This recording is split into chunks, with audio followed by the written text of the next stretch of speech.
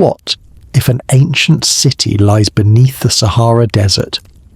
Before we begin, take a slow breath in and let it drift out like sand slipping through your fingers. Let your shoulders sink. Let your body grow heavy and warm. This is your time to rest, to listen, to wander in your mind's quiet landscapes. Tonight we travel together into the heart of the desert, where silence is deeper than the sea, and time itself moves like wind over endless dunes. I want you to close your eyes and picture it. And as we begin, tell me in the comments where you are listening from tonight. Your city, your corner of the world. I'm listening too. You stand at the edge of the Sahara, where the horizon is not a line but a shimmering mirage. The air hums faintly, as if the desert is breathing in its sleep. The sand beneath your feet is cool now. The heat of the day has bled away into the sky, and the stars are beginning to awaken one by one, their light ancient and patient. A crescent moon hangs low, pouring silver across the dunes in long ribbons. Somewhere far off, the wind moves, carrying the scent of dry stone and something older. Older than memory, older than story. The world here feels slow, as if each grain of sand remembers 1,000 years. Your ears adjust to the quiet. It is not empty silence, but a living, breathing stillness. Somewhere beneath your feet, deeper than the shifting surface, lies the heartbeat of a secret. You cannot see it, but you feel it in the soles of your feet, in the weight of the air, in the way the night itself seems to be listening with you. You take a step forward, and the sand sighs beneath you. There is no path here, only dunes that rise and fall like waves frozen in time. The sky above is so vast it feels as though you are standing inside a great dome, painted in ink and starlight. Every constellation is sharp, their shapes unbroken by city lights. The Milky Way cuts across the heavens like a river of dust, and for a moment you wonder if it mirrors a river that once flowed here, in this very place before the sands came. Relax your jaw. Let your hands rest, palms open. This is not a place you rush through. It is a place you enter slowly, like stepping into a dream. The air here has a way of drawing you inward, of slowing your heartbeat until it matches the rhythm of the night. You feel small, not in a way that frightens you, but in a way that comforts you. The desert has always been here, will always be here. It does not judge, it does not hurry. It simply exists, holding its secrets close. A low wind stirs again, winding its way between the dunes. It carries with it a faint sound, so faint you wonder if it's your imagination. A dull, distant hum. It's not mechanical, not like anything modern.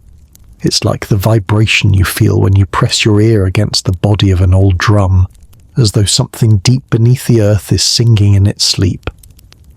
You pause, eyes closed, and listen. The hum fades, replaced again by silence, but a feeling lingers, a quiet suggestion that something ancient lies beneath your feet. The night deepens. The sand takes on cooler shades, soft grey, faint blue, the palest silver. Shadows pool in the hollows between dunes, making them look deeper than they are, as though each could be the mouth of a buried canyon. Above, a shooting star streaks silently across the sky, leaving a trail that glows for only a heartbeat before it fades. You imagine the first people to walk here, thousands upon thousands of years ago, looking up at the same streak of light. What stories did they tell about it? What gods or spirits did they see in that burning arc across the heavens? The desert invites you to think in these ways, not with logic or facts, but with feeling, with the slow weaving of images and whispers. The stars become the campfires of the past. The dunes become the waves of a forgotten ocean, and you become a traveller, a seeker, someone who has stepped into a place that will not give up its truths easily, but will reward patience with glimpses into other ages. You walk further, your footsteps leaving small crescents in the sand. The wind erases them almost immediately, swallowing your passage as if you were never here. That is how the desert keeps its secrets, by covering, smoothing, blurring.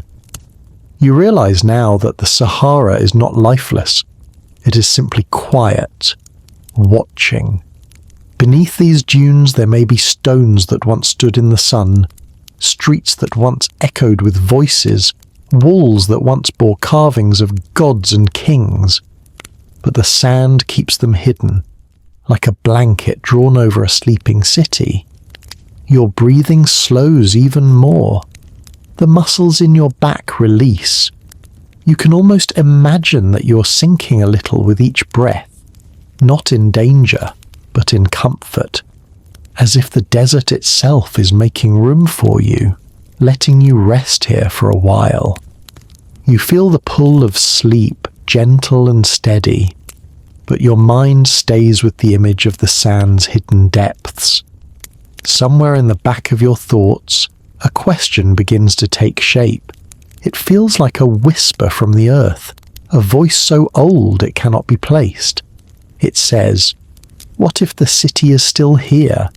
What if its walls, its temples, its wells of sweet water still lie beneath you, waiting for the right hands, the right eyes to uncover them?" You picture it now, the sand parting like a curtain, revealing dark stone glistening under moonlight, inscriptions winding across pillars, doorways yawning into rooms untouched for thousands of years. You feel the weight of it, not in your body, but in your mind. The knowing that history is never complete, that the stories we tell are only fragments. The rest waits in silence, buried. The desert seems endless. You could walk for hours and see no change, but you have the sense that you are circling something, not in a physical way, but in a way of thought. You are moving closer to an idea, a possibility that will not fully show itself just yet. The night is long, but not lonely. You are here, and the desert is here, and somewhere between the two is a truth neither will speak outright. Another breath in, another slow exhale. Let your eyelids grow heavy if they wish to. Let the words flow over you like a tide. There is no hurry to reach the answer. Tonight is for the journey, the slow unfolding. The sand will keep its secrets a little longer. You are simply here to listen. And as you stand there, gazing across the silvered dunes, the question rises in you, quiet but insistent. A question that will guide everything that follows. But what if, beneath these endless sands, lies a city older than any we have ever known? The wind drifts across your skin like a cool ribbon, brushing away the last warmth of the day. The stars seem brighter now, as though they too lean closer to hear what you're about to discover. That question, the one that lingers like a note held in the air, begins to grow inside you. But what if beneath these endless sands lies a city older than any we have ever known? It's not a thought you simply have and let go of. No, it clings to you, the way a scent from childhood can suddenly awaken a memory you didn't know you still carried. You stand there in the silence, your breath slow, your body loose, feeling the ground beneath your feet as more than sand. You imagine what lies below, a labyrinth of stone walls, streets paved with slabs polished by countless footsteps, courtyards where water once rippled in the sun, and markets where voices once rose in barter and song. All of it now hidden, its stories muffled under the weight of centuries. Relax deeper into this thought. Feel your eyelids grow heavier with the calm. The desert has a way of slowing the pulse, not just in your body, but in your mind. It tells you to think like it does, in long stretches of time, in patience measured in centuries. You understand now why secrets last here. There is no rushing the sand, and yet you wonder, who walked here before you? Who built here, dreamed here, left their mark in stone and then vanished into history's blind spot? The air feels different when you think of them, as though the night itself thickens with presence. Not ghosts exactly, but impressions. The way a book still holds the warmth of your hands after you set it down. You take another step, your foot sinking slightly. It's as though the ground yields just a little more here, softer, looser, as if the sand has not yet finished settling over something large. You imagine a roof beam far below, collapsed and swallowed, a doorway sealed by layers upon layers of shifting grains. You know it's only a thought, but in this place, imagination feels like it could almost be memory. Somewhere far off, the wind picks up, shaping the dunes with a slow, steady patience. It reminds you of water, of the way rivers carve valleys over ages. And then you remember, the Sahara was not always a desert. Once, green stretched as far as the eye could see. Rain fell here. Lakes mirrored the sky. Herds moved through grasslands, and humans built homes along the banks of great rivers now vanished. That thought opens something in you. If rivers once ran here, then cities could have stood beside them. Cities that have no place in our neat timelines. The thought makes you still. You glance across the endless waves of sand, and in your mind you strip them away, dune by dune, layer by layer, until the desert floor is bare again. You see channels winding like veins across the land, pools of water glimmering under the sun, groves of trees where shade gathers, and in the center of it all, rising from the earth, a city of pale stone, its walls curved and carved with patterns that catch the light. It's just a vision, but it feels close, like something you could almost reach out and touch. You let it grow, imagining the people who lived there. You see them gathering in markets heavy with baskets of fruit and clay jars of sweet water. You hear the rhythm of a drum echoing between walls. You smell wood smoke, dust, and the faint perfume of crushed herbs. For a moment it feels more real than the sand around you now. But then the wind shifts, and the dunes return, swallowing the image in a blink. The city is gone again, buried under the same patient silence you stand in now. Your breath is steady. Your body feels heavier, as if the desert's calm is flowing into you, anchoring you where you stand. You think about how many have crossed this desert without ever knowing what lies beneath. Traders, nomads, armies, all walking over the roofs of a forgotten world without realizing it. Some may have felt it the way you do now, a sense that the ground is not as empty as it appears. Perhaps they told stories about it, whispers of a place that sleeps under the dunes. Perhaps those whispers became myths, and the myths over time were brushed aside as just stories. But you know there is always truth in such stories. The past does not vanish, it hides, and sometimes it hides in plain sight. You glance again at the sand, the curves and shadows that seem random but might not be. Could that rise be a wall? Could that shallow depression be the top of a dome? The human eye wants to make sense of shapes, but here you cannot tell what is natural and what is not.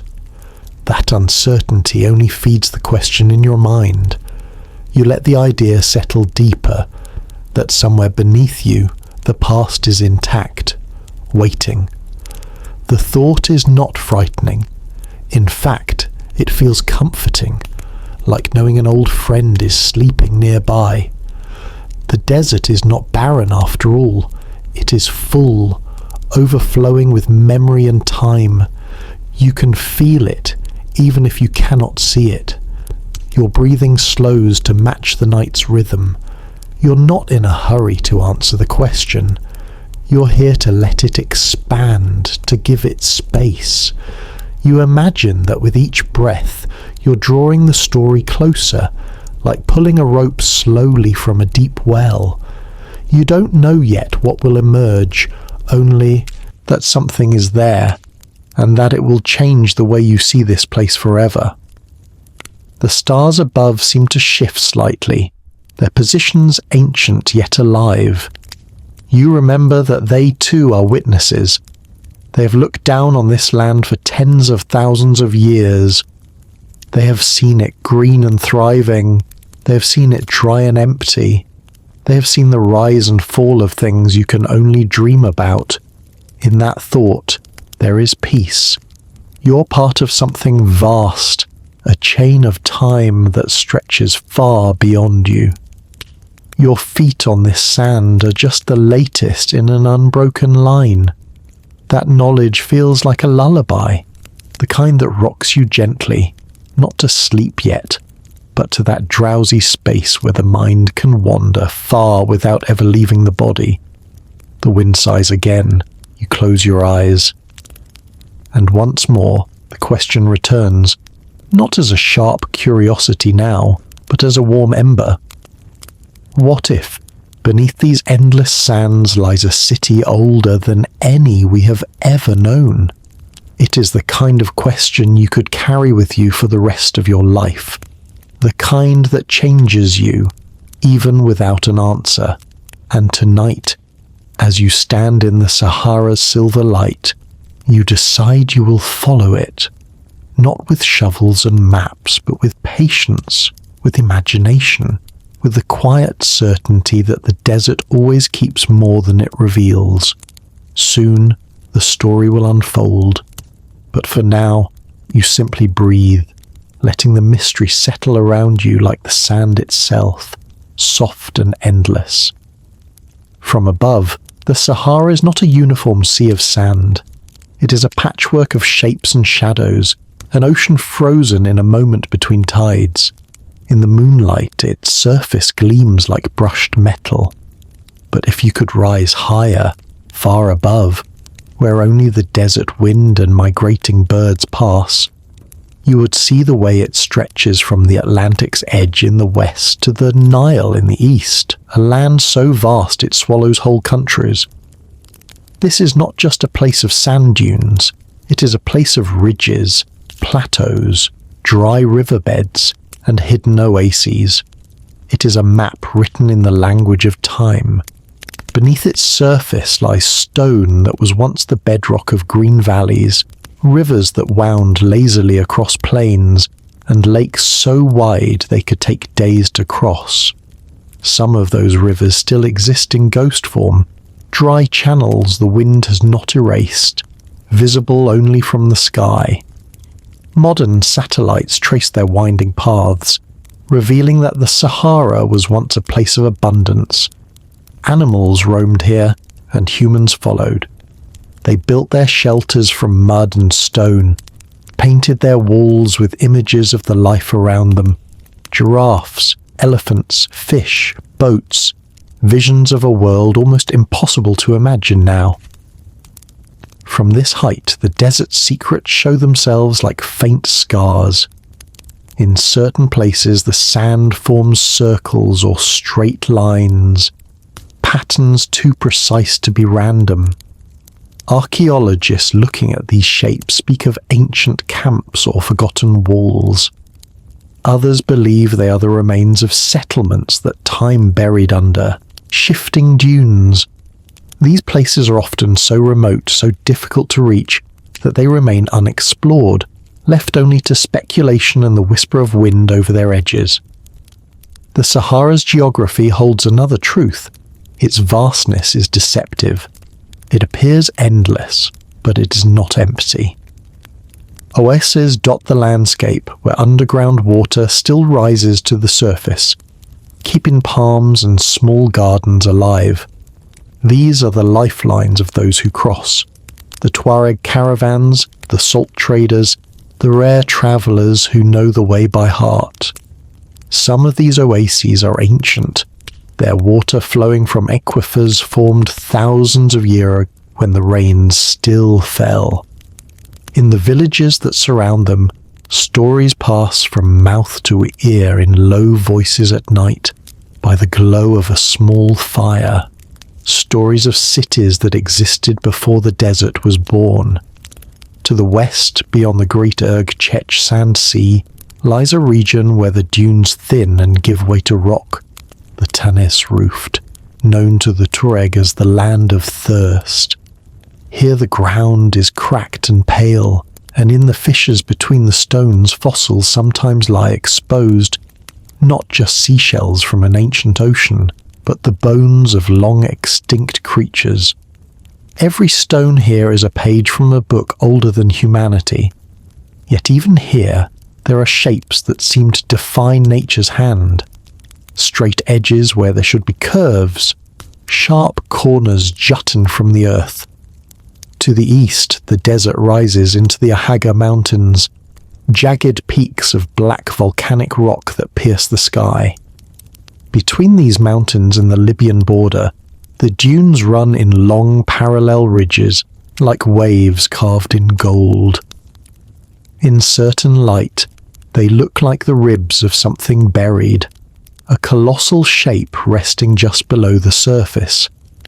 This is where some explorers claim to have found stone blocks protruding from the sand, blocks cut so cleanly they could not be natural. The stories speak of walls swallowed whole, their tops just barely visible before the wind covers them again. The Sahara was not always so uninhabitable. 10,000 years ago, monsoon rains fell across this land. Lakes the size of small seas shimmered in the sun, their shores lined with reeds. Fish darted in the shallows. Birds filled the air with their calls. Humans lived along these waters in villages of mud, brick, and stone, leaving behind carvings and paintings on rock faces that remain to this day. These paintings are still there, not just in hidden caves, but in open places, faded but clear, showing scenes of hunting, music, dancing, and life by the water's edge. They tell of a time when the Sahara was not a barrier but a bridge between cultures. Then came the shift, slowly at first, then faster. The rains grew scarce, the rivers shrank, the lakes receded and vanished, grass turned to scrub to dust. By 5,000 years ago, the land had changed beyond recognition. The green was gone, replaced by the great desert we know now. Those who'd lived here moved on, following the water to the Nile, to the Mediterranean coast, to the Sahel. Their homes, their temples, their marketplaces were left to the sand. This is the official story. The Sahara is a graveyard of forgotten landscapes, not of great cities. Archaeologists say that while people lived here, they lived lightly. No grand stone buildings, no monumental walls like those of Egypt or Mesopotamia. But even this story leaves space for questions. What if there were settlements that defied the pattern? What if there were places where people built for permanence, and those places are now buried beyond sight? The desert's sheer size makes it a perfect hiding place. A dune can move hundreds of feet in a single year, swallowing anything in its path. Sandstorms can bury entire structures overnight, and once covered, the weight of the sand preserves what lies beneath, sealing it away like an untouched tomb. This means that if a city ever existed here, Much of it could still be intact, just waiting to be uncovered. To imagine such a city is to imagine a place where architecture responded to heat and light in ways we have forgotten. Walls thick enough to keep the cool in, streets aligned to the winds, buildings rising around shaded courtyards where water trickled in the centre. Perhaps it was a crossroads, where goods from the Nile, the Mediterranean and sub-Saharan Africa met. Perhaps it had towers for watching the horizon, gates that opened to caravan routes and temples built to align with the stars. Even now, explorers who cross the deep interior of the Sahara speak of strange formations. Some are ridges of stone that stretch for miles, their surfaces so smooth they seem carved. Others are mounds too regular to be dunes, their slopes too even, their placement too precise. In the heat of the day they might mean nothing, but at night, under the cold and starlight, they take on a different presence, one that makes you wonder whether the desert's surface is only a thin veil over something older, larger, and entirely unexpected. And so the setting of our story is not just an empty expanse.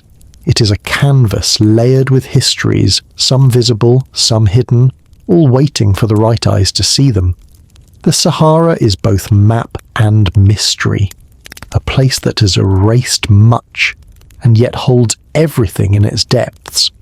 Somewhere in this vast expanse, the question you carry begins to feel less like a fantasy and more like a possibility. You can see the patterns, the clues. You can feel the presence of what is not visible. You know now that the desert is not just sand and sky. It is a library. Every dune a closed book, every shadow the edge of a page waiting to be turned. And if even one of those books holds the story of an ancient city buried whole, then perhaps, just perhaps, we've not yet written the first chapter of what the Sahara truly is. For centuries, the Sahara's story has been told in measured tones by historians and archaeologists. In the official account, it is a place shaped by climate, alone, an emptying land transformed by slow and relentless change. Once, perhaps 10,000 years ago, it bloomed green. Rain fell regularly, feeding rivers and lakes. Then, about 5,000 years ago, the monsoon shifted. The rain stopped coming, the lakes dried, and the fertile plains became dunes. By the time the Egyptian pyramids were rising on the banks of the Nile, the Sahara was already the vast desert we know today. According to this account, no great cities ever rose here in the heart of the sands. There were people, yes, but they lived lightly on the land, small communities of hunters, herders, and fishers who followed the shifting waters. They built huts from reeds and clay, shelters of skin and wood, temporary as the seasons. When the rains failed, they moved on. The desert swallowed their paths, leaving little more than scattered tools, fragments of pottery and rock art as evidence they had passed through.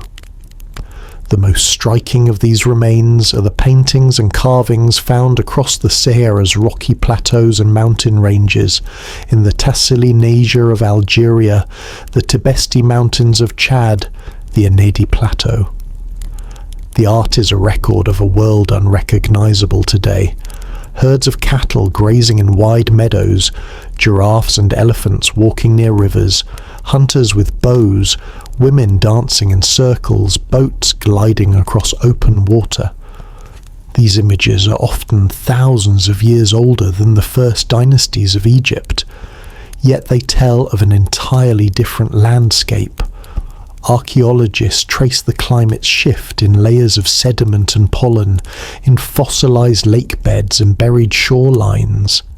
They speak of Lake Megachad, once one of the largest freshwater lakes in the world, covering an area bigger than modern Germany.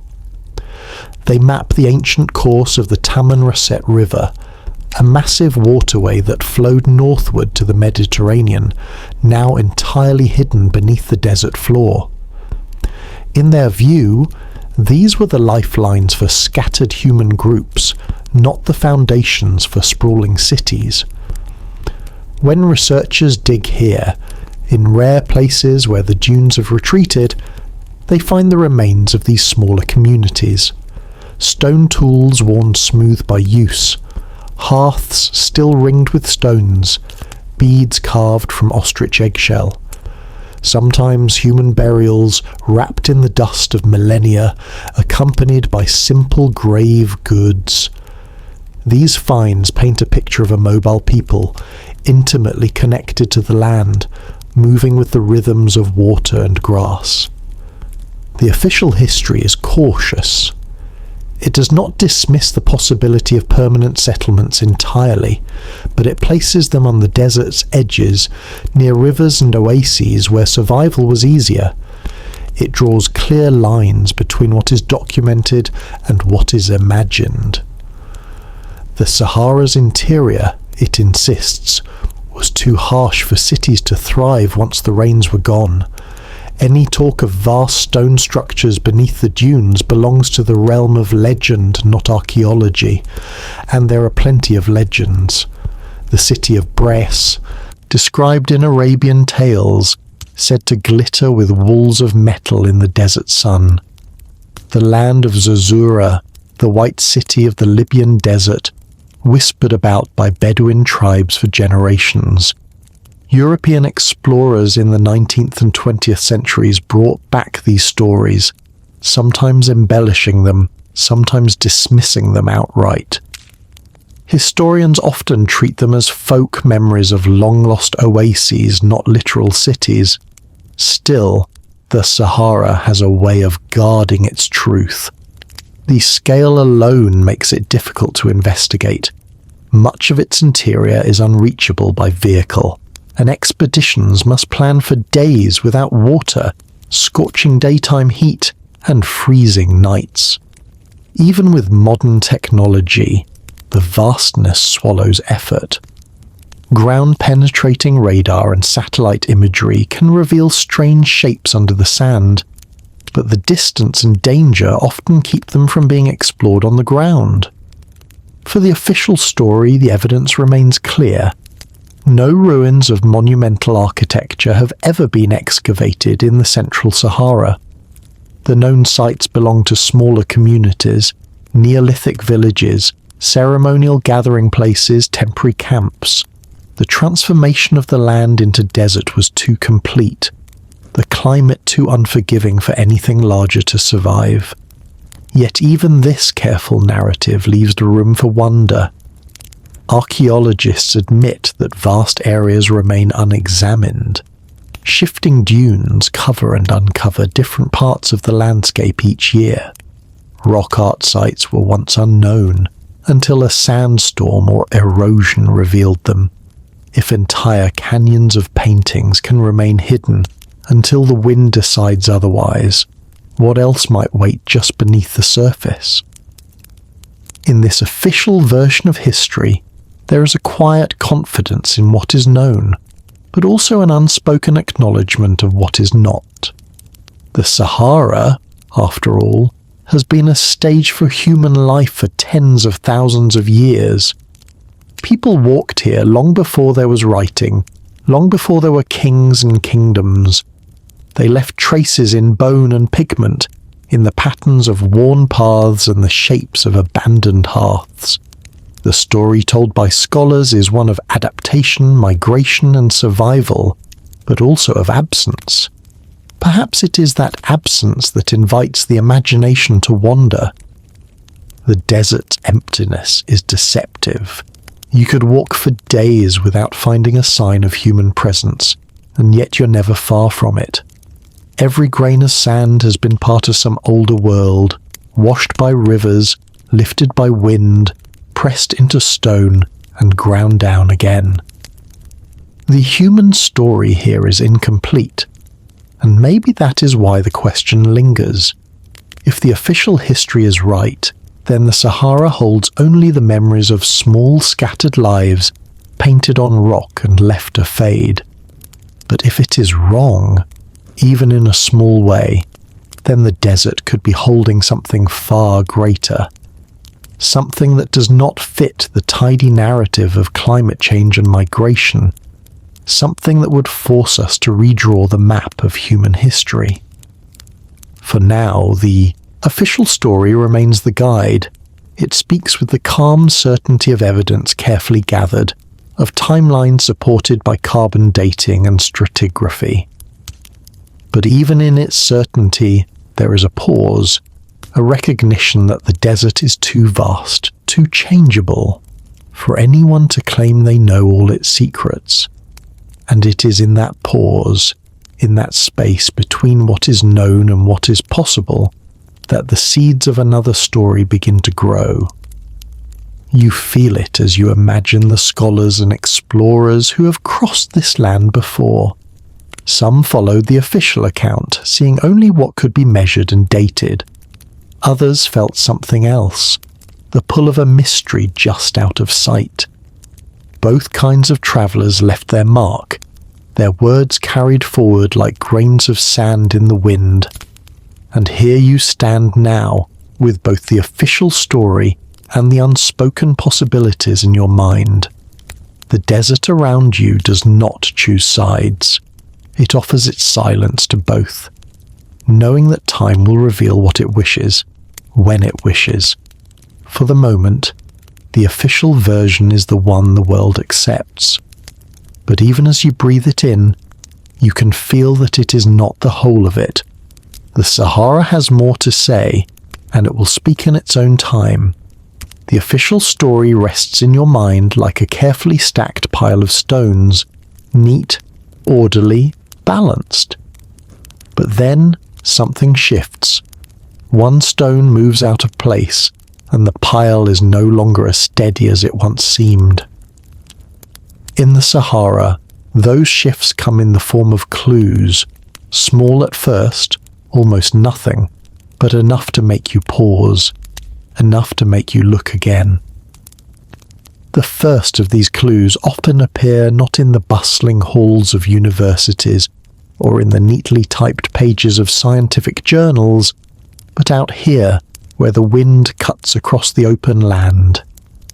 In the far reaches of the desert, explorers, nomads, and even satellite operators have noticed things that don't fit the pattern. You hear of one such clue from a caravan driver, a man whose skin is weathered like old leather from decades under the sun. He speaks of a place deep in the interior where the sand forms a perfect square. 4 straight edges, meeting at right angles, each side nearly the length of a football field. He tells you that from the ground it looks like nothing more than a flat expanse, but when the wind strips the sand thin, pale stone appears in patches, smooth and cold, unlike the jagged rocks nearby. He does not know what it is. He has never seen it uncovered completely, but his father saw it, and his father's father before him. It has been there longer than memory. In another part of the desert, French researchers flying in a small plane once reported patterns too regular to be natural. Long parallel lines running for hundreds of meters, now buried but visible as faint shadows in the sand. To a trained eye, such patterns might suggest walls or roads, the bones of a layout once planned by human hands. The official reports filed after the flight mentioned unusual, geological features, but among the crew the talk was less restrained. It looked, one of them supposedly said, like a city drawn on paper, then erased.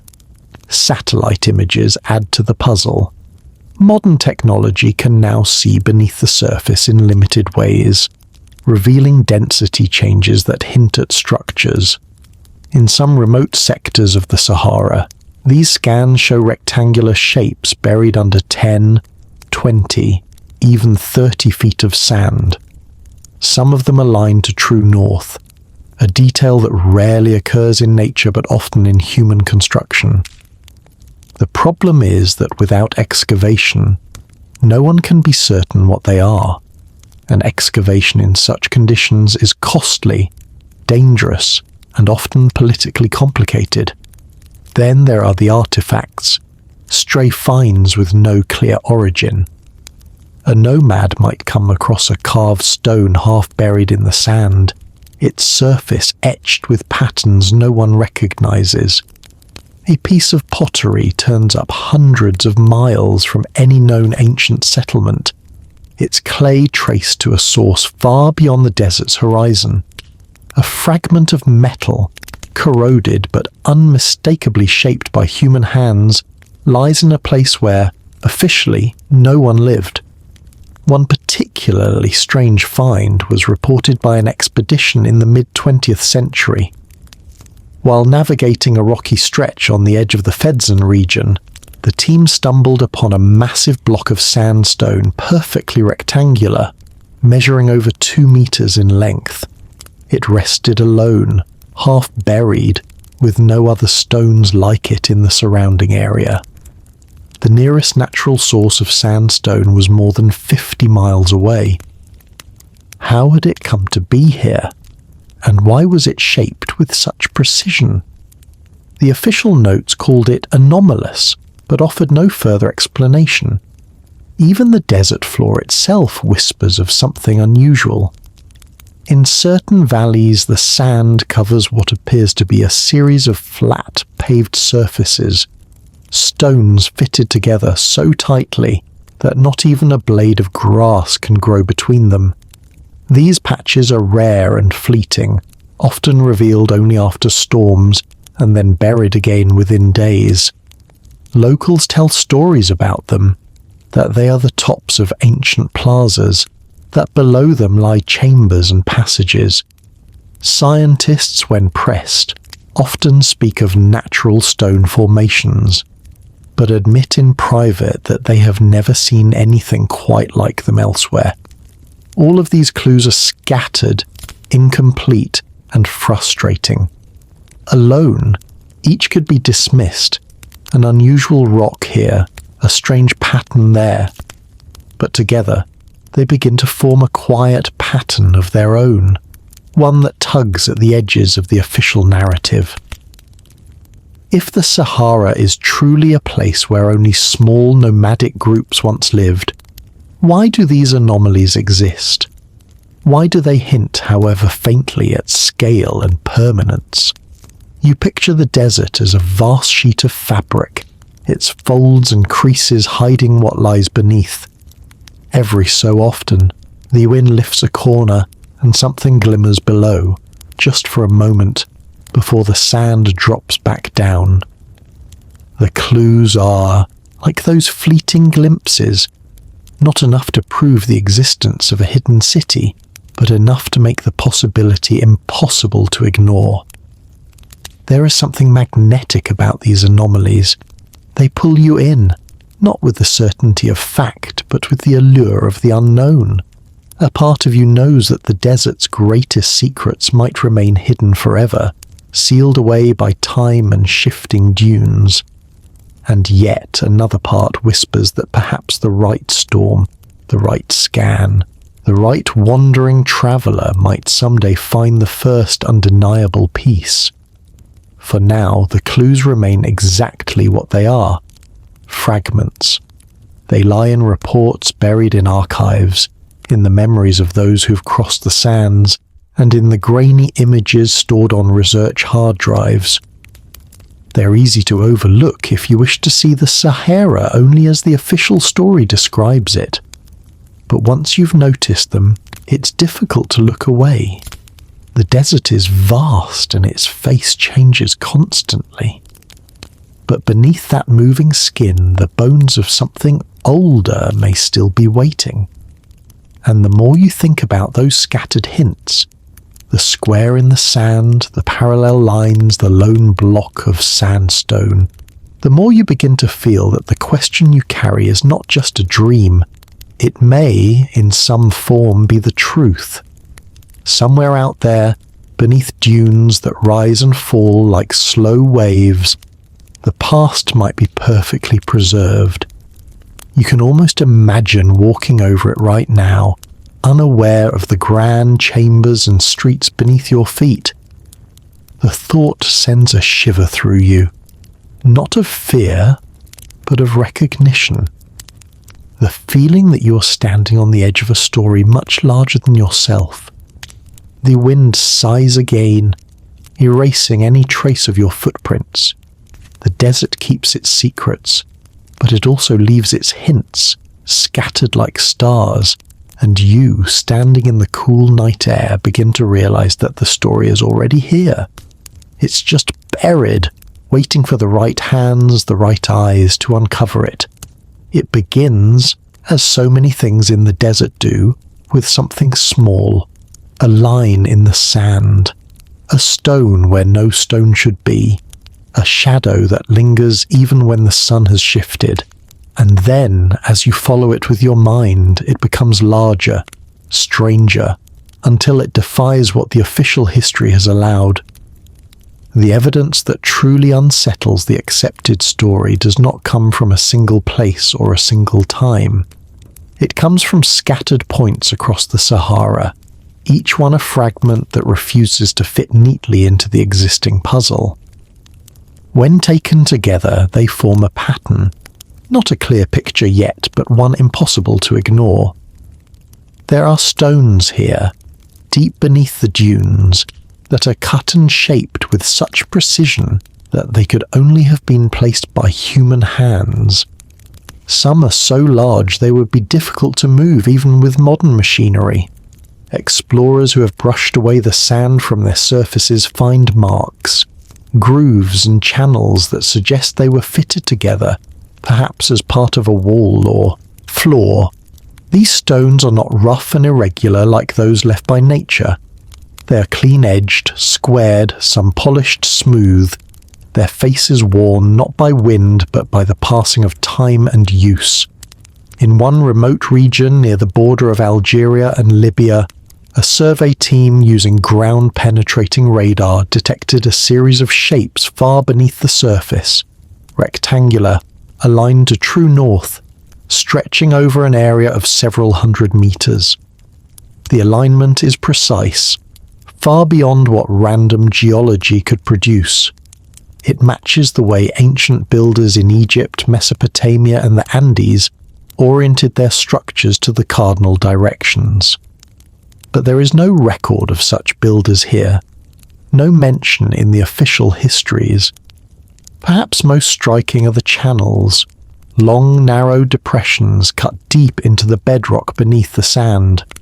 Some run straight for hundreds of meters before turning sharply at right angles. When mapped, they form complex networks, like the streets of a city. Geologists examining these formations admit they do not look like natural riverbeds.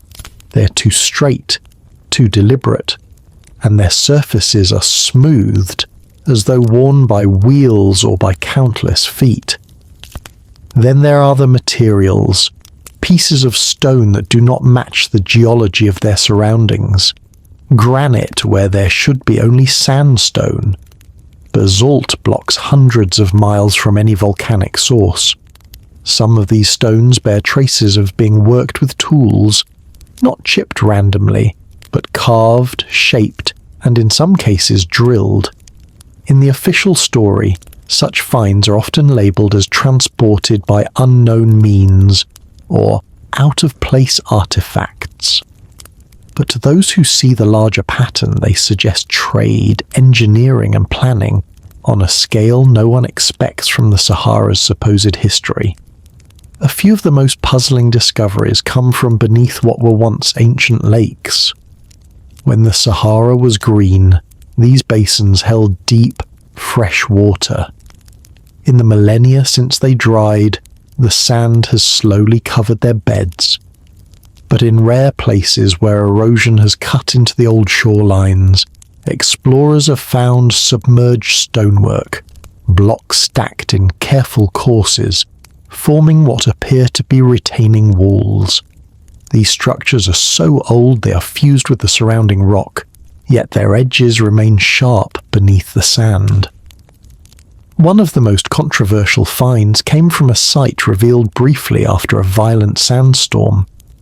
For just a few days before the dunes shifted again, a stretch of patterned stone lay exposed, a surface like a floor made of interlocking polygonal tiles. Each tile was fitted so precisely to the next that no sand could slip between them. The style was unlike anything known from nearby cultures, and its purpose remains a mystery. Some researchers suggested it was a natural formation. Others argued that nature does not often produce geometry this exact. The storm returned the sand soon after, and the site has not been seen again. More curious still are the hints of metallurgy. Fragments of copper, bronze, and even traces of a gold alloy found far from any known ancient mine. Some of these pieces appear to have been part of tools or ornaments. A few bare patterns so fine they would have required specialized techniques to create. How could such craftsmanship have existed in a region where, officially, no large or advanced settlements ever stood? And then there is the sheer scale of some anomalies. In one location mapped by satellite, faint outlines suggest the footprint of a structure larger than the base of the Great Pyramid. Its proportions, if they are truly those of a building, seem deliberate, symmetrical. Yet on the ground, nothing is visible but sand. Without excavation, it remains only a shadow in the data, a possibility suspended between truth and speculation. These are not the sorts of things easily explained away. Taken one by one, they might be coincidence, error, or tricks of light and shadow. But when gathered together, they suggest that something existed here, something beyond the scope of what the accepted history allows. The official narrative leaves little room for massive stone architecture, complex urban planning, or advanced metallurgy in the Sahara's deep past. And yet the anomalies whisper otherwise. It is not just the physical evidence that fuels the question. It is the way these anomalies connect to each other, as though they are fragments of the same buried chapter. A shaped block here, a carved channel there, patterns that match the cardinal points, materials from distant lands, engineering that should not have been possible for small nomadic groups. It begins to feel less like random chance and more like the faint outline of something vast, drawn in sand and waiting to be uncovered. You stand in the night, imagining what it would be like to brush away the first layer of sand from such a place. To see the stone emerge in the moonlight, to trace with your fingers the marks left by hands thousands of years ago. You imagine walking down into it, each step taking you further from the world you know and deeper into the one that came before. The wind moves gently over the dunes, as if carrying the memory of those who once built here. You can almost hear their tools on stone, their voices rising in the dry air, the echo of footsteps in long corridors. These are only imaginings, and yet they feel anchored by the weight of the anomalies you've heard about, the ones that defy explanation. The evidence is not yet proof. It is not enough to rewrite the history books, but it is enough to unsettle the certainty of the official story. It is enough to keep you here in the cool desert night, listening for what the sand might reveal next. Somewhere beneath you, something waits, silent, patient, and unshaken by the passing of thousands of years.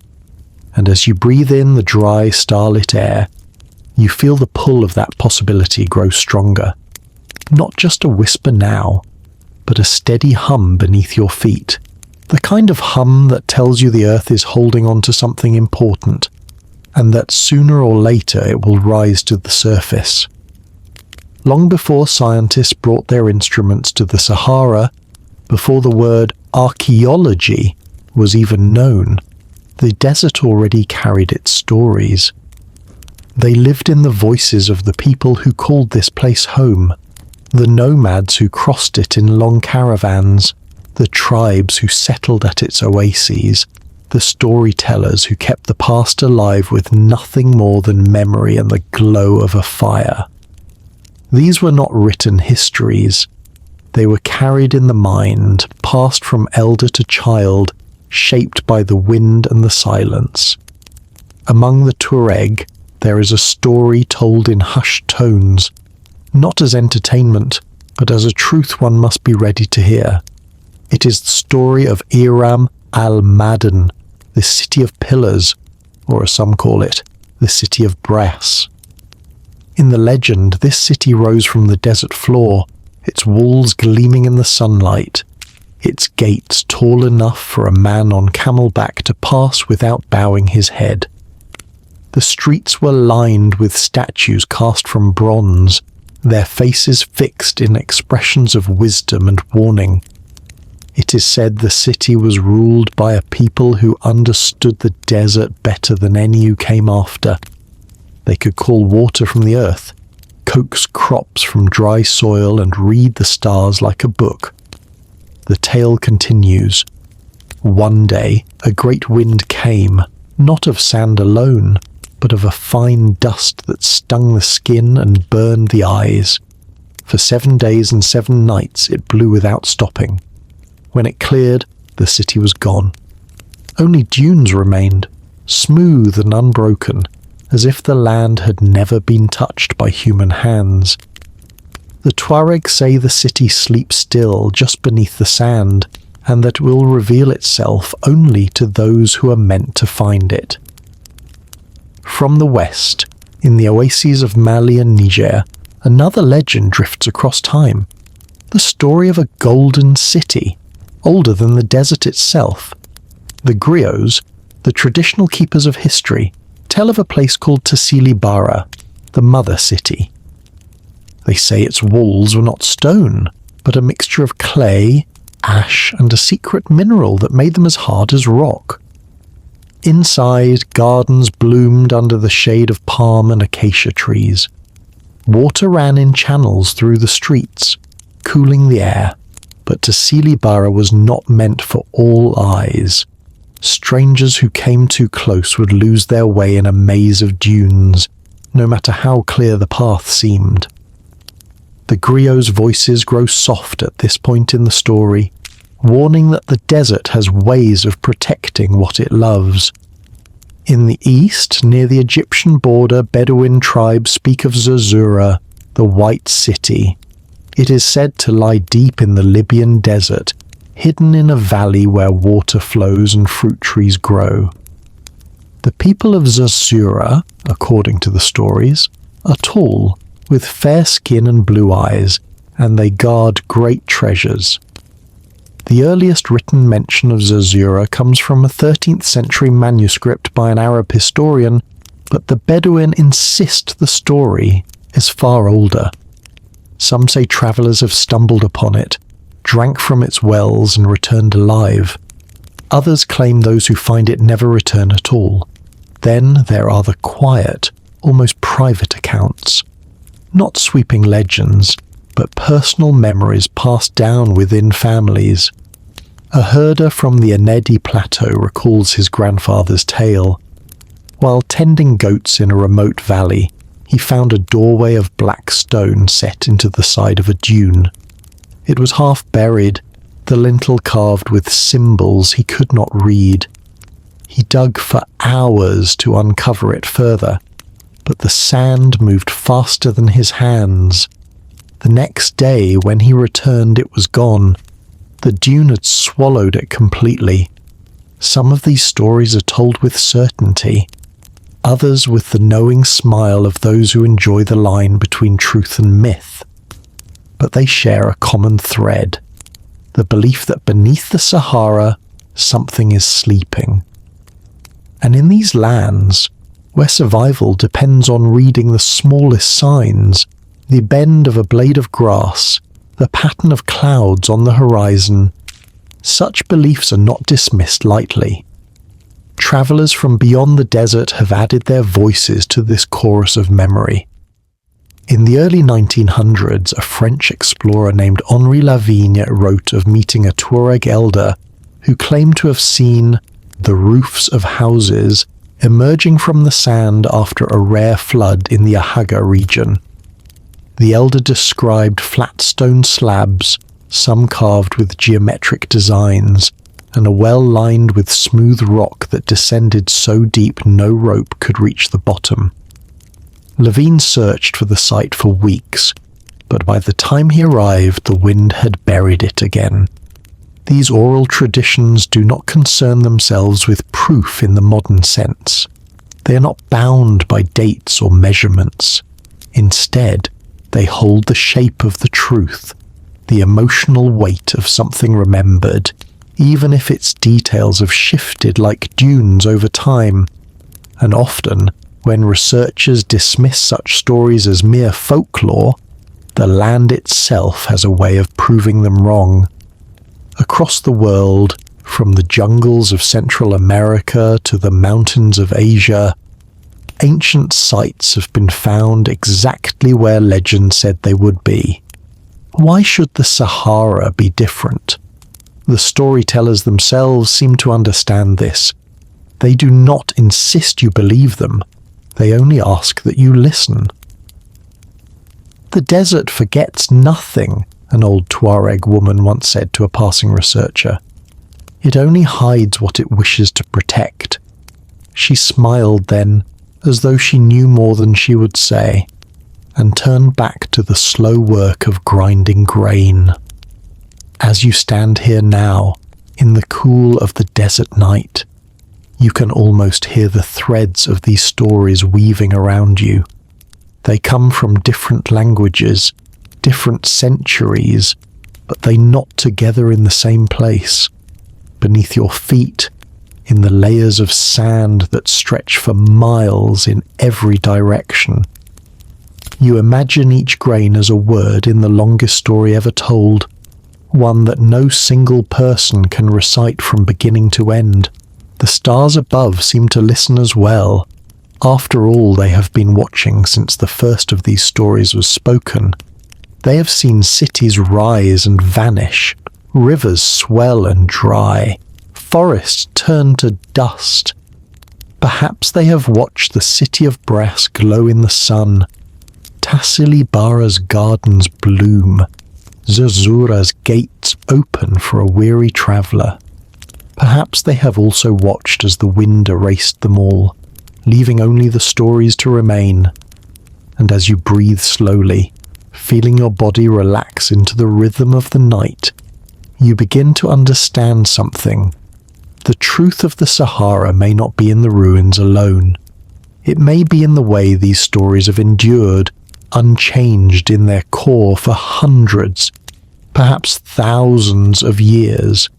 The people who tell them are not guessing, they are remembering. Somewhere in that remembering there is a key, and if you follow it, if you let the words guide you like constellations, you may yet find yourself standing before the thing itself, the city, the doorway, the proof that the desert does not only take, but keeps. If you step back far enough in your mind, far enough to see not just the Sahara, but the whole curve of the earth, the mysteries here begin to look less isolated. What seems like a solitary question, a lone whisper beneath the dunes, begins to echo against other whispers from other lands. Patterns emerge, crossing oceans and continents, as if scattered pieces of a much larger puzzle are calling to one another across time. In the golden light of memory, you see the Arabian desert, on the far side of the Red Sea. There too was once a city lost to the sands. Ubar, the Atlantis of the sands. For centuries it was spoken of in Bedouin poetry and in the Quran itself a place of towering pillars where a mighty people dwelled. Many dismissed it as myth until the 1990s, when satellite imagery revealed an ancient caravan route that led to a buried site in Oman. Excavation uncovered the foundations of a fort and evidence of long-lost trade in frankincense. A legend had become a place again simply by finding the right path in the sand.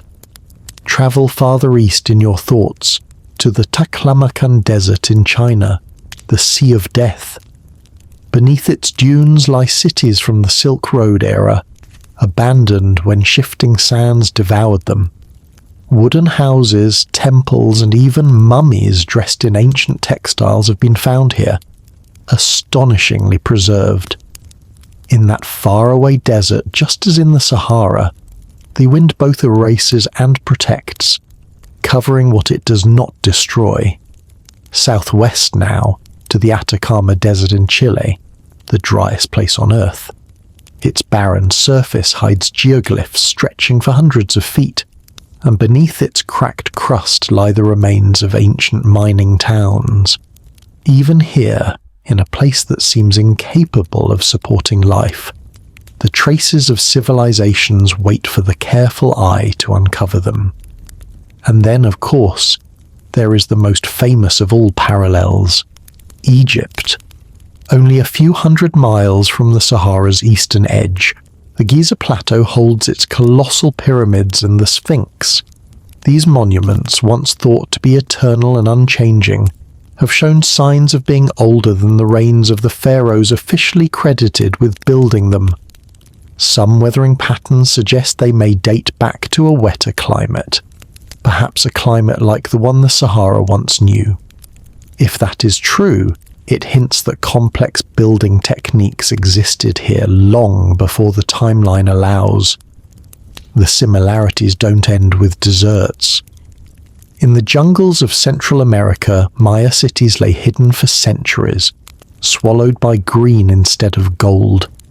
It was not until LIDAR scanning pierced the canopy that archaeologists realized how vast those cities truly were, connected by causeways and canals, some with populations in the hundreds of thousands.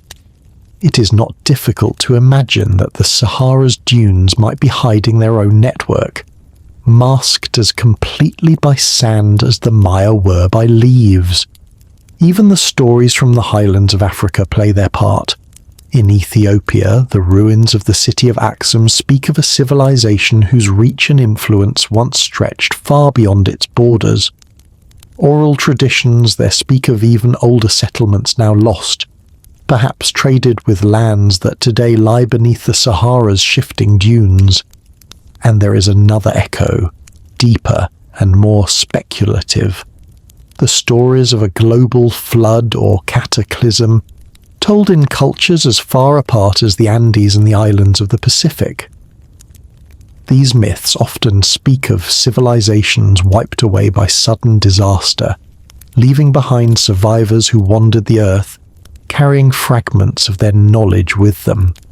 Could such survivors have left their mark in multiple deserts, their cities now reduced to hidden stone beneath sand and time?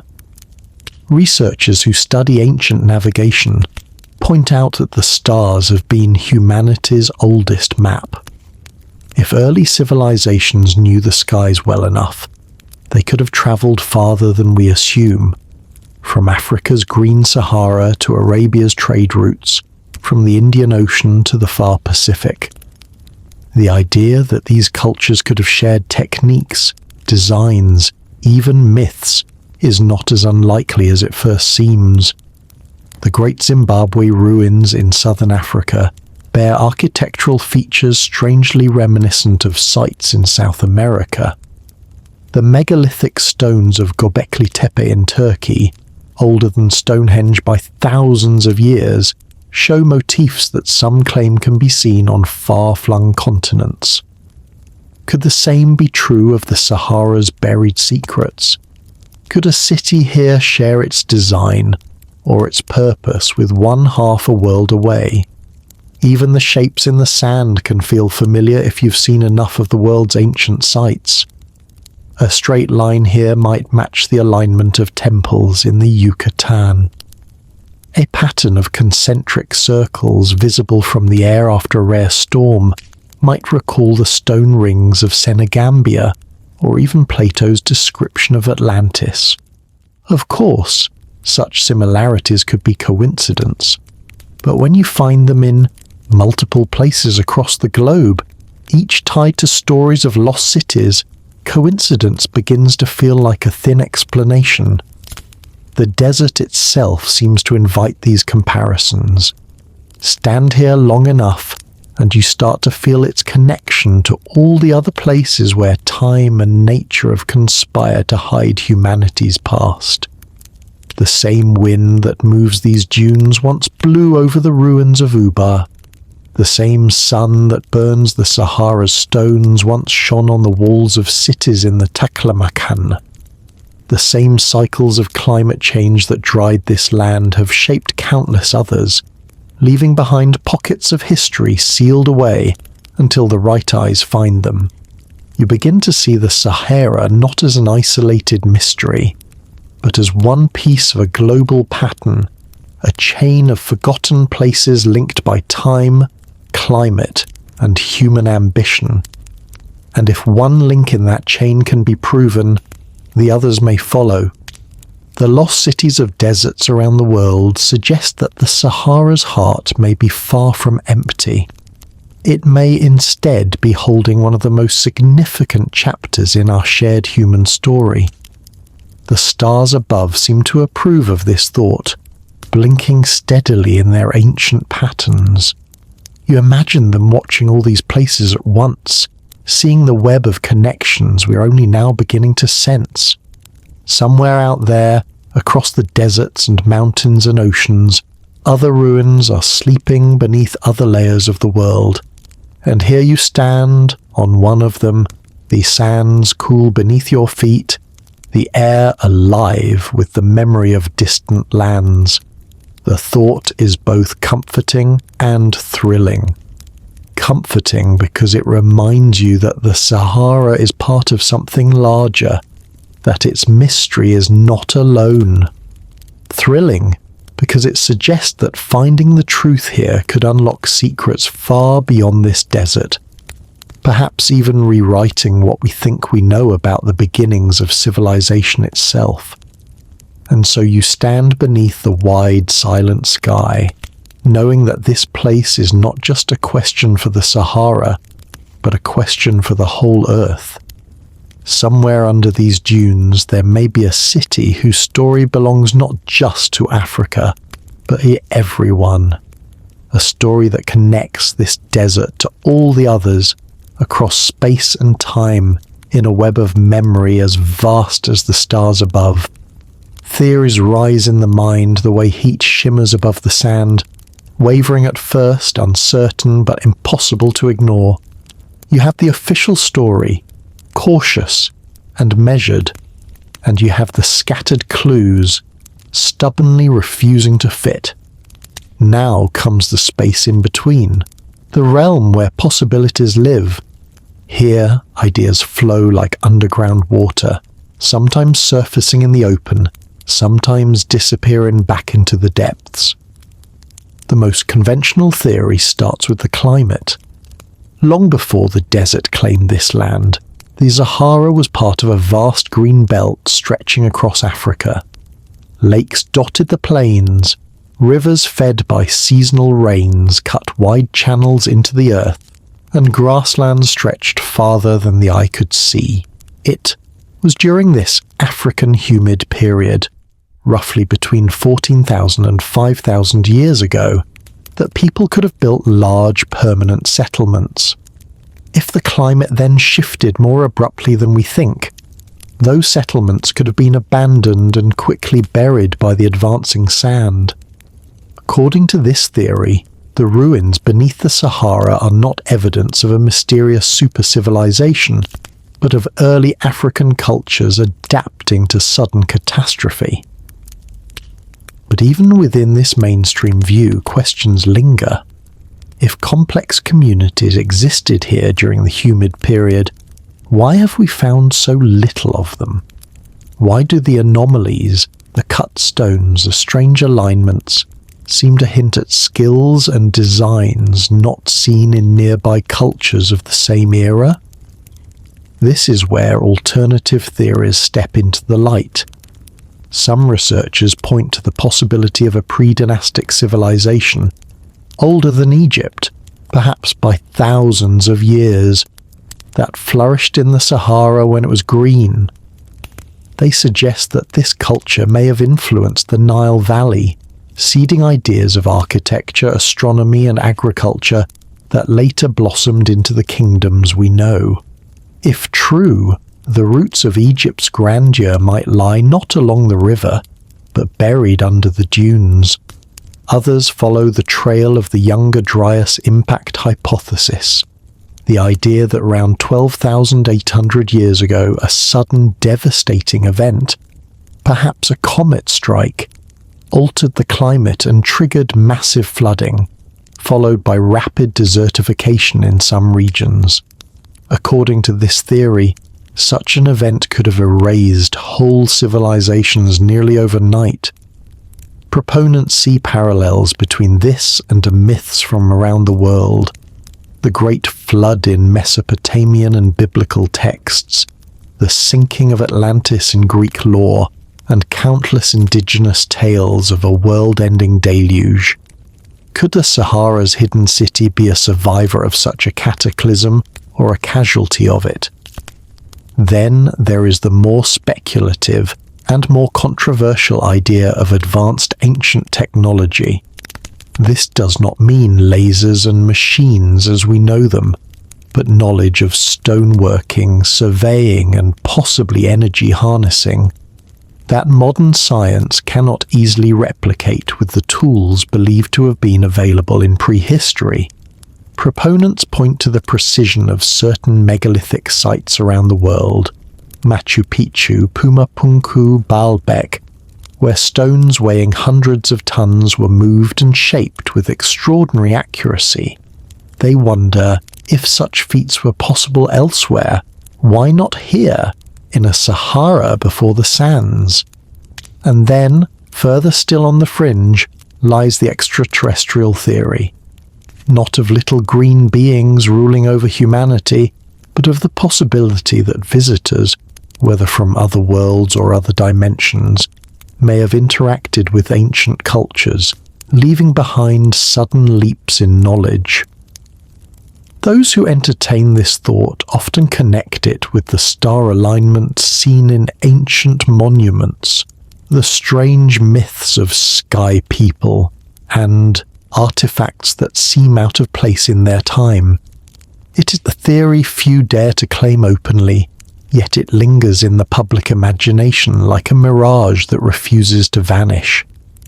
But between the cautious scholars and the wild speculation, there is a middle ground, the idea of a lost human chapter, advanced in ways we don't fully understand but not beyond our capacity.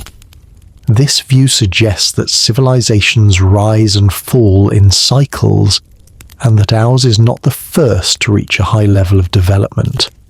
Catastrophe, whether climate impact or conflict, wipes the slate clean, and the survivors carry fragments of knowledge forward, enough to spark the next rise.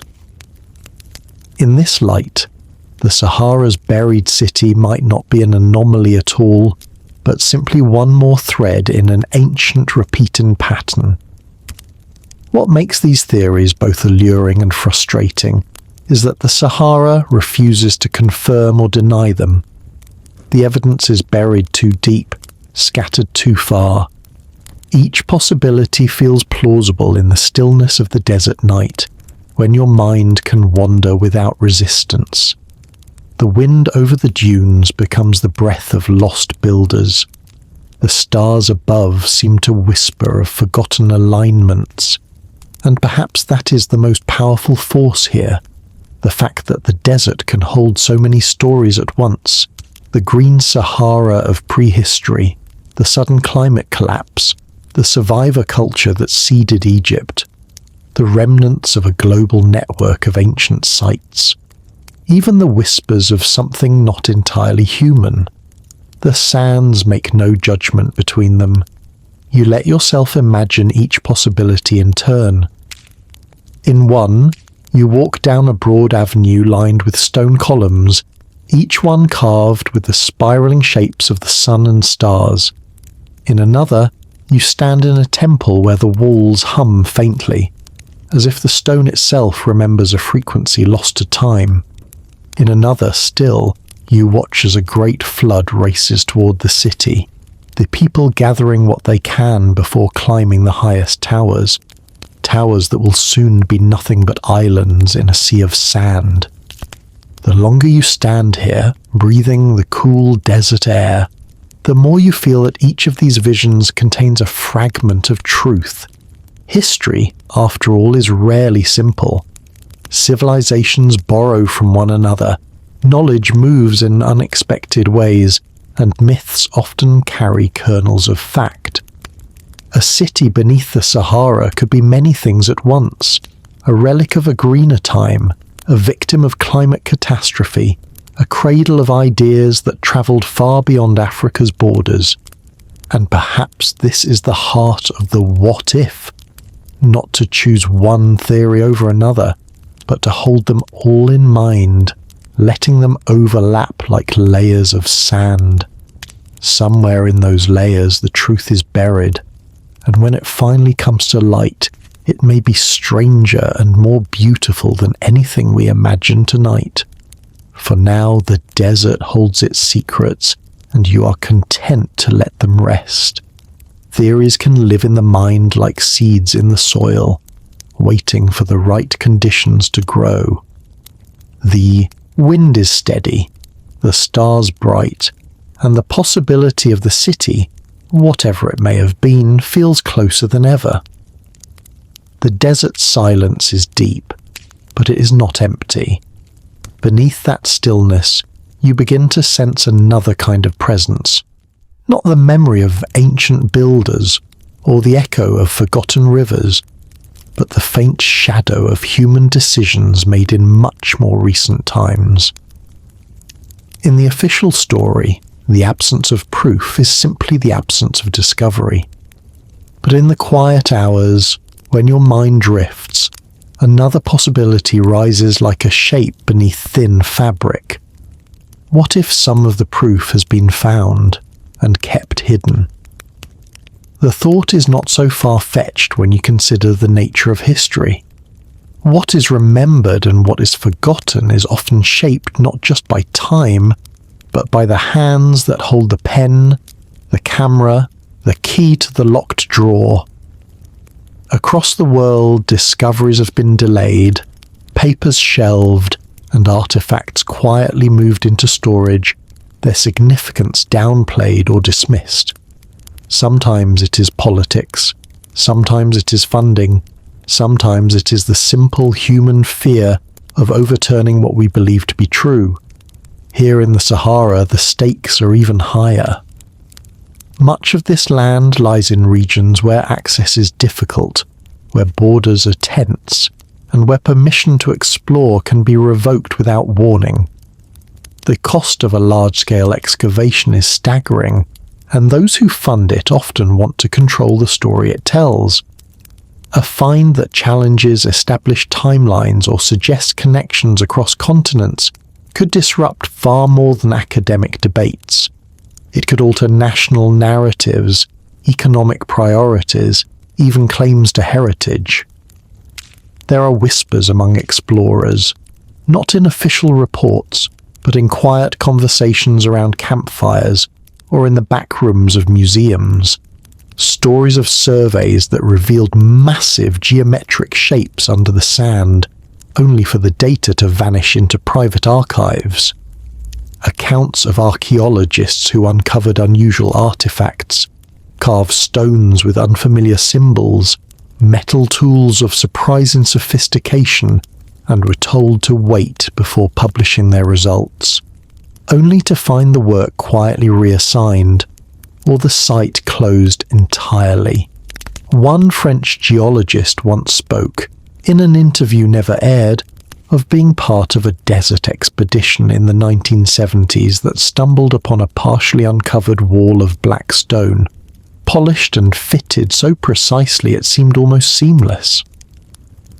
Before they could document it, military officials arrived and ordered the team to leave. The official reason was security concerns due to the area's proximity to a conflict zone. They were never allowed back, and the photographs they had taken disappeared during what was called a routine archival review. Even satellite imagery, which has opened so many doors for archaeology, is not immune to this quiet control. Some researchers claim that certain high-resolution scans of the Sahara's interior are curiously absent from public databases. Whether this is due to oversight, technical limits, or deliberate withholding is difficult to prove, but the result is the same. The clearest pictures of the desert's hidden shapes remain out of reach. There are other subtler forms of suppression. Anomalies are often explained away as natural formations or artifacts of erosion in academic papers, even when the photographs or measurements suggest something more deliberate. This may not always be malicious. Scholars are trained to be cautious, to avoid leaping to extraordinary conclusions without extraordinary evidence. But caution, in the wrong hands, can become a wall as solid as stone. And behind that wall, questions pile up. If a buried city were found here, what would it mean for our understanding of the Sahara's past? Would it require rewriting the story of human migration, of the rise and fall of civilizations? Would it reveal trade routes, technologies, or beliefs that link this desert to others across the globe? And most dangerously of all, would it show that our current view of history is only a fragment of something far larger? In some versions of the suppression story, the reasons are less about control and more about protection. A site left untouched may survive longer than one open to tourists and looters. A discovery made public could invite not only scholars, but opportunists. The sands, in their way, are the best guardians of what they hide. Perhaps those who choose to keep a site secret are acting out of respect, or fear, for what might happen if it were exposed too soon. But as you stand here, feeling the cool air move over the dunes, you cannot help but wonder how much of the silence is chosen and how much is forced. You picture a small locked room in a museum's basement, where a carved stone rests on a wooden shelf, its markings unfamiliar to any known language. You imagine a metal box buried in a university archive, filled with old photographs of a dig site that no longer appears on any map. You think of the explorers who came back from the desert with stories they could tell only in private. Stories that were met with raised eyebrows, polite nods, and the slow erasure of official memory. The suppression angle is not about proving conspiracy for its own sake. It is about recognizing that history is not only written by the victors, it is also edited by the gatekeepers. And the desert, with its vastness and its danger, makes it easy to hide what is inconvenient or disruptive. You shift your gaze to the stars. They have no such limitations. They have watched every caravan, every storm, every buried stone. They have seen what lies beneath the sand, whether we acknowledge it or not. In their cold, patient light, the truth is neither hidden nor revealed. It simply is. The wind rises slightly, carrying a dry scent that could be stone, or dust, or memory itself. You imagine the sands as a great slow tide, moving in cycles too long for anyone's lifetime to notice. Perhaps the city beneath has been found before, not once, but many times, only to be buried again by the desert and by human will. Perhaps the true suppression is not in archives or locked rooms, but in the way the desert works with time, returning all things to silence. Still, you feel the weight of those unspoken stories pressing close. Whether they are guarded for protection, hidden for power, or simply lost in the shuffle of human priorities, they are there, and they are part of the reason the Sahara's mystery feels so alive. The desert's stillness is not just the absence of sound, it is the presence of all the words not spoken, all the truths not told. And somewhere out there, beneath a dune that looks no different from 1,000 others, the city waits. It is patient, as the desert is patient. But patience is not the same as permanence. Sooner or later, something will shift. A wind, a storm, a human choice, and the silence will break. When it does, those who have guarded the secret will face the question they have avoided for so long. Is the world ready to know? Before there were drones and satellites, before radar could pierce the skin of the earth, there were only the eyes of those willing to walk into the unknown. The story of the Sahara's possible hidden city is not only buried in sand, it is buried in the lives of the explorers and researchers who have wandered here, stumbled upon something extraordinary and returned changed, if they returned at all. Some of these journeys began with maps so incomplete they were more suggestion than guide. In the late 19th century, a British officer named William St. John Fenton travelled deep into the Libyan desert with a small caravan, following rumours of a lost oasis. Weeks into the journey, his journals tell of finding stonework of a curious nature protruding from the base of a dune, a block with straight edges, half buried, that rang like iron when struck. Fenton sketched the block and noted its orientation, but illness forced the expedition to turn back. His sketches, tucked between diary pages, were rediscovered decades later in a private collection, the location of the find long forgotten. In the early 1900s, French military patrols in what is now Niger recorded strange walls in their official logs. These were not fortifications of any tribe known in the region, but low lines of stone, running in perfect parallel for over 100 meters before vanishing beneath the sand. The officers speculated they might be ancient boundary markers, though their scale and precision suggested something grander. The notes were filed away in colonial archives, accessible only to a handful of historians. Then there was the expedition of Count Lorenzo di Castiglione, an Italian aristocrat with a taste for the dramatic. In 1928, he organised a crossing of the Central Sahara, ostensibly to collect meteorites. His surviving photographs, faded and grainy, show not only his caravan but also a massive stone doorway, freestanding, surrounded entirely by sand with a carved lintel depicting what appears to be a starburst. The Count wrote that the doorway led to nothing and was too perfect to be the work of chance.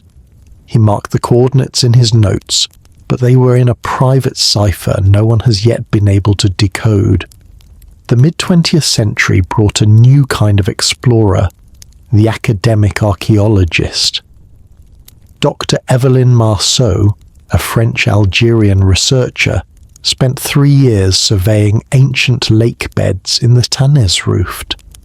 In a report circulated only among colleagues, she described finding a submerged structure of fitted stone blocks beneath what had been the shoreline of a prehistoric lake. The stones, she wrote, show workmanship unknown to the pastoral cultures usually associated with this period. Before she could return to excavate, political unrest in the region closed the area to research. Dr. Marceau died in 1974, and her unpublished photographs vanished from the university archive during a reorganization. In the 1960s, an American geologist named Richard Hale joined an oil survey in southern Algeria. Using early seismic equipment, the team detected unusual subsurface shapes that Hale later described as regular, rectilinear, and wholly inconsistent with the geology. He proposed they might be the remains of ancient buildings. The oil company, uninterested in archaeology, dismissed the findings and restricted public access to the data. Hale spent the rest of his career advocating for a return to the site, but funding never materialized. Not all expeditions ended in notes and rumors. In 1984, a joint Franco-Malian team investigating prehistoric rock art in the Adrar des Ifogas stumbled across what they called anomalous pavement, a wide area of interlocking stone slabs so tightly joined that sand could not penetrate the seams. The formation extended for over 50 meters before disappearing under a dune. The team took samples and measurements, but a sudden sandstorm forced them to leave the site before it could be fully mapped. When they returned the following year, the slabs were buried again, and shifting dunes had obscured their location. And then there are the journeys that vanish entirely into legend.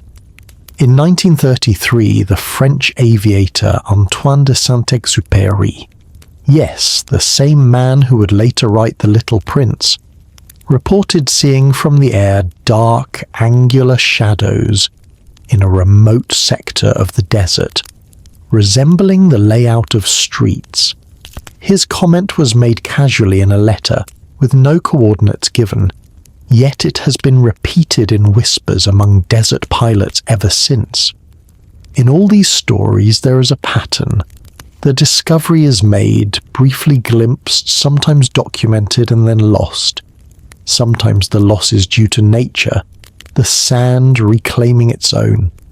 Sometimes it is political unrest, lack of funding, or simple human disinterest. And sometimes it feels like something more deliberate, a quiet closing of the door before too many eyes can look inside. The explorers themselves are part of the mystery. Many were not seeking cities at all. They were after water, minerals, fossils, or trade routes. Yet, again and again, they stumbled upon things that should not have been there. Things that did not fit the neat boxes of accepted history. Their notes are often hesitant, couched in cautious language. You can almost hear the tug-of-war in their minds, the excitement of the find, the fear of ridicule, the weight of going against the prevailing narrative. And always there is the desert. It watches without judgment, without hurry. It buries what it wishes, reveals what it chooses, and swallows both footprints and stone. You imagine how many other walls, doorways, and pavements might have been seen by wanderers whose names never entered the record. Traders, herders, soldiers, nomads, people who looked, wondered, and moved on, leaving their memories to fade like wind-blown trails. As you stand beneath the Sahara's night sky, these old stories feel close. You can almost see Fenton at his block of ringing stone, the French patrol walking along a perfect line of wall, Count Lorenzo brushing sand from a starburst carving, Dr. Marceau tracing her fingers over ancient submerged masonry. You can almost feel their shared recognition, that they had touched something from a world older and stranger than the one in their history books. Their expeditions may be forgotten by the wider world, but here, in the stillness of the desert, they are part of the living fabric of the mystery. Each journey adds a thread. Each missing photograph, each lost coordinate, each buried site deepens the sense that the city beneath the Sahara is not only possible, it may already have been found over and over again by those who simply couldn't hold it in the light long enough for the world to see. Somewhere out there, Beyond the reach of roads and maps, the footprints of those forgotten expeditions still lie beneath the sand, just as the city they sought lies beneath it. And perhaps, if the desert allows, both will rise again. In our own time, the search for what might lie beneath the Sahara has taken on a new shape. No longer do we rely solely on explorers with compasses and camels, squinting at the horizon for a sign of stone. Now, the desert is being read like a book from above, scanned, mapped, and measured by eyes that never blink, by instruments that can see what human sight cannot. And yet, even with all this technology, the mystery remains as deep as ever.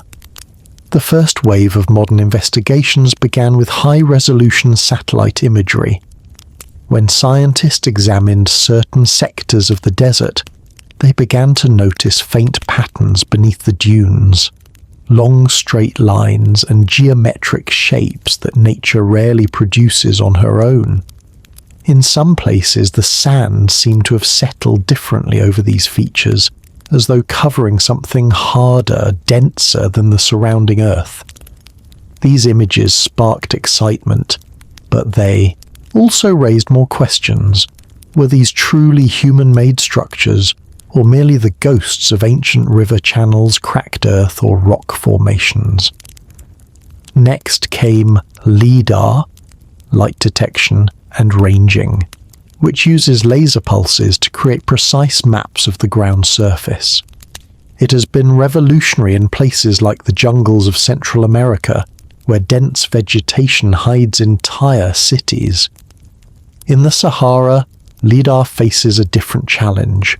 The dunes themselves move, shifting and reshaping with the wind. But even so, some scans have revealed subtle variations in elevation that hint at buried walls, platforms, and even large rectangular foundations. Ground-penetrating radar, GPR, has added another layer of intrigue. Teams working in parts of southern Algeria and northern Mali have used GPR to send signals into the sand, which bounce back differently depending on what lies beneath. In one survey, researchers detected a grid-like pattern roughly 6 meters below the surface, covering an area the size of several city blocks. In another, they found what appeared to be a long linear feature, possibly a road or aqueduct, stretching for nearly 2 kilometers before vanishing into deeper dunes. These discoveries have been accompanied by more traditional archaeology, often triggered by what the technology reveals. In Mauritania, near the Risha structure, a massive circular formation sometimes called the Eye of the Sahara, small-scale excavations have turned up worked stone, pottery shards, and fragments of tools in areas previously thought to be barren. While none of these finds prove the existence of a great buried city, they suggest a more complex human presence in the region than the official record admits. There is also the work of hydrologists and geologists who, in studying the Sahara's ancient water systems, have inadvertently provided clues for archaeologists. Subsurface scans have mapped the ghostly remains of rivers like the Tamanrasset, which once flowed northward to the Mediterranean. Along these ancient watercourses, researchers have found clusters of anomalies, shapes and densities that could be settlements or other human constructions. The logic is simple. Where there was water, there may have been life, and where there was life, there may have been cities. In recent years, private research groups and independent investigators have joined the search. Some are small teams of scientists pooling resources, others are enthusiasts using open-source satellite imagery to comb the desert for patterns. Occasionally these amateurs make surprising finds. A suspiciously symmetrical mound, a rectangular shadow revealed after a sandstorm. Social media has made it easier for such discoveries to circulate quickly, though they often vanish from the public conversation just as quickly, especially if they attract official attention. But perhaps the most tantalizing modern contribution to the search comes from accidental discoveries, the kind made when looking for something else entirely. Oil and gas exploration in the Sahara requires extensive subsurface mapping, and in several cases, energy companies have quietly noted structures far below the surface that do not align with known geological formations. These are rarely made public for reasons that may be commercial, political, or simply bureaucratic. But occasionally a retired geologist or technician will speak of them in vague terms, describing anomalies or unexpected density patterns that look more like architecture than nature. It is in these moments, when the clean lines of data hint at something human beneath the shifting sands, that the ancient and modern meet.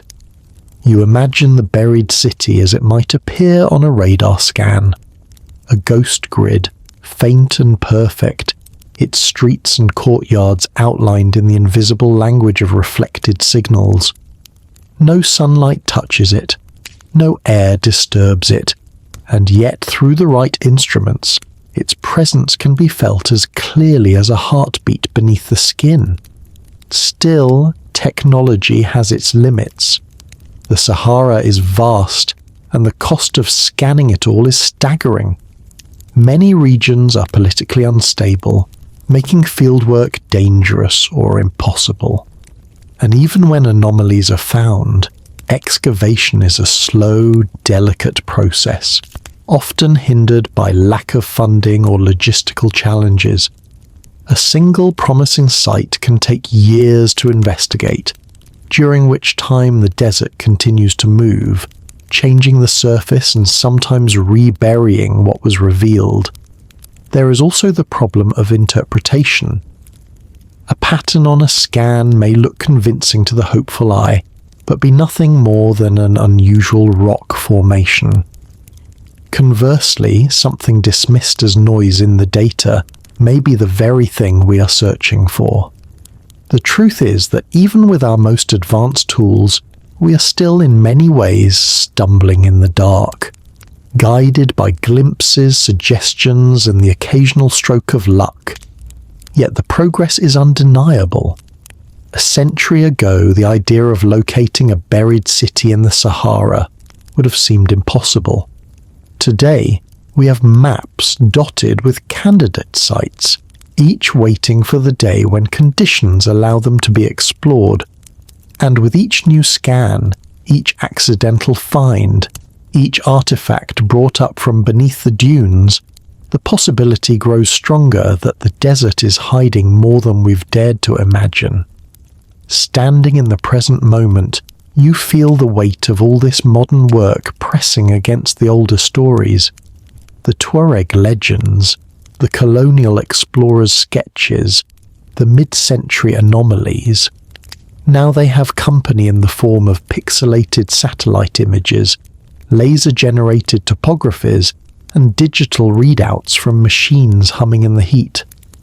Old voices and new instruments are pointing in the same direction. The city, if it exists, has survived storms, shifting sands, and the turning of ages. It may also survive the arrival of our modern gaze, but perhaps not forever. Sooner or later, the right combination of technology, determination, and chance will pull its bones from the earth. And when that happens, the silence that has guarded it for millennia will finally be broken. For now, though, the hum of the machines fades into the sigh of the wind. The screens go dark, the scanners cool, and the dunes roll on, patient as always. The desert has given us a hint, just enough to keep us looking. And then, as if amused, it has folded its secrets back into itself once more. What if we are not the first? The thought rises in you now like a slow tide, gentle but unstoppable. It is no longer just a question about stones under the sand. It is a question about everything we believe about our place in time.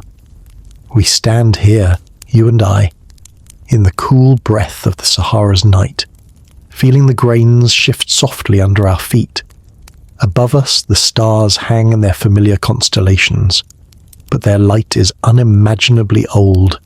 The glow you see now began its journey long before you were born.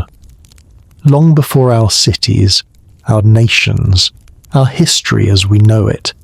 And if the light from those stars can survive the crossing of time, what else might survive? What if beneath us lies the evidence that human history is not a straight road, beginning in recent millennia, but a looping path, civilizations rising, falling, and rising again? Imagine it, a city older than the desert itself, built when this land was green and alive, streets shaded by tall palms, markets alive with voices, temples carved with symbols whose meanings we have forgotten. Its people might have looked to these same stars, charting their movements, building in harmony with their cycles. Then catastrophe, perhaps slow, perhaps sudden, drives the rivers underground, withers the trees, and sends sand spilling into every open doorway. The city sleeps, but the earth remembers. If such a place exists, it would mean that we're not at the beginning of the story, nor anywhere near its middle. We might be standing in the latest chapter of a book that has been written and erased more times than we can count. Each chapter leaves behind traces, a scattering of stones, a fragment of pottery, a myth whispered from one generation to the next, and we mistake those traces for the whole story. And here is the humbling part. Perhaps we too will one day become a trace. Our own towers and streets might be swallowed by dust, our names worn smooth by the passing of centuries, until we are nothing more than an untranslatable carving in a place where no one expects to find us. If that thought frightens you, let it also comfort you, because it means that the people who built whatever lies beneath the Sahara were not so different from us. They too built with pride, dreamed of permanence, and could not imagine a world where their city was only a memory in the sand. We can imagine this together. Close your eyes for a moment. Picture the desert not as it is, but as it might have been. The air is warm and heavy with the smell of flowering acacia. The sound of water is everywhere, not in the rare trickle of an oasis spring, but in the steady rush of rivers. Across the horizon, walls rise, gleaming in the sun, built from stone cut with precision. People move through broad streets, their steps measured, their eyes alert. Above them, flags or banners catch the wind, and somewhere, at the city's heart, a structure, perhaps a temple, perhaps an observatory, stands aligned so perfectly to the heavens that the first light of a solstice dawn falls directly through its doorway. You and I do not know their language. We cannot read the symbols carved into the door lintels, but we can feel what they mean. Reverence for the land, for the sky, for the cycles that give and take. The people here do not think of themselves as ancient. To them, this is the present, the only present they know, and it feels as solid and lasting as the stone beneath their feet. Now, let that vision fade and return to the dunes. The sand beneath us is the same sand that once lay at the city's edge. The stones that once formed its walls are still here, hidden, their edges worn but intact. And somewhere in that hidden architecture is the proof that humanity's story stretches further back than our books admit. This is the great what if, not just about the Sahara, but about the entire human timeline. What if civilizations have risen and fallen many times before ours? What if each one left behind some fragment, a map, a myth, a technique that the next picked up without ever knowing its source? What if the reason we see similar monuments, similar myths, similar alignments across the globe is not coincidence but memory? A memory so old it has turned into instinct? If the Sahara hides such a city, its rediscovery could change the way we see ourselves. We might stop thinking of history as a ladder we climb, rung by rung, and start seeing it as a wheel, one that turns slowly, sometimes rising, sometimes sinking, always returning. We might understand that we are part of something vast, fragile, and endlessly repeating. And perhaps, just perhaps, that understanding could make us live differently. If we knew that the green Sahara became desert in only a few thousand years, if we knew that whole cities could be erased by the earth itself, maybe we would treat our own present with more care. Maybe we would plan for the long story, not just the short chapter. But that is the deeper layer of the what if. It asks not only about the past, but about the future. If a city lies beneath our feet tonight, we're not the first to stand here and wonder. And if the wheel turns as it always has, we will not be the last. So we stand together now, you and I, in the quiet warmth of the desert night. The wind brushes against us like a slow exhale.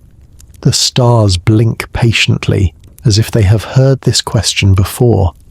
And in the vast stillness, we let ourselves imagine, what if we are not the beginning? What if we are not even the middle? What if we are only another chapter, one that someday will be buried in the sand for someone else to find? The thought is not heavy, it is freeing. It reminds us that the story of humanity is bigger than we are, and that somewhere beneath these dunes lies a sentence, maybe a paragraph, of that greater story, waiting for the day it will be read again. You stand there, the night around you as soft as a folded blanket, the dunes glowing faintly under the moon. The stars seem closer now, as though they have leaned in to listen. The cool air moves across your face, carrying with it the faint scent of stone and dry earth, and you let your shoulders loosen even more. Your breathing falls into the rhythm of the desert, slow, steady, unhurried. You can almost feel the sand's patience pressing gently upward through the soles of your feet. It is here, in this quiet, that the lingering mysteries settle over you like a second sky. The official histories, the scattered clues, the whispered stories, the theories and speculations, all of it swirls together until you no longer try to separate fact from possibility. You simply feel it, the weight of something beneath you, the sense that you're not standing on emptiness, but on the sealed lid of an ancient world. Your mind drifts, picturing the city in its slumber. You imagine its streets intact beneath the dunes, perfectly preserved, each grain of sand fitted into the cracks like mortar. You imagine doorways sealed not by collapse but by time itself, their wood turned to dust, their hinges frozen in place. Somewhere, in the quiet darkness below, there could be a painted vase sitting exactly where it was left, a bronze tool waiting in the shadow of a workbench, a piece of jewellery still catching the light of a torch that burned out thousands of years ago. You look to the horizon, but it tells you nothing. The dunes rise and fall without revealing what they hide. The wind brushes past your ear, a faint hiss like a word you almost recognise but can't quite understand. It makes you wonder if the desert is speaking, if it has always been speaking, and we simply do not know the language anymore. This is where the mystery deepens, not in the data or the discoveries, but in the feeling. The desert has a way of making you aware of time in a way that no clock can measure.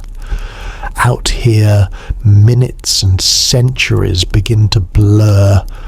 The stars you see above have been shining on this land for millions of years.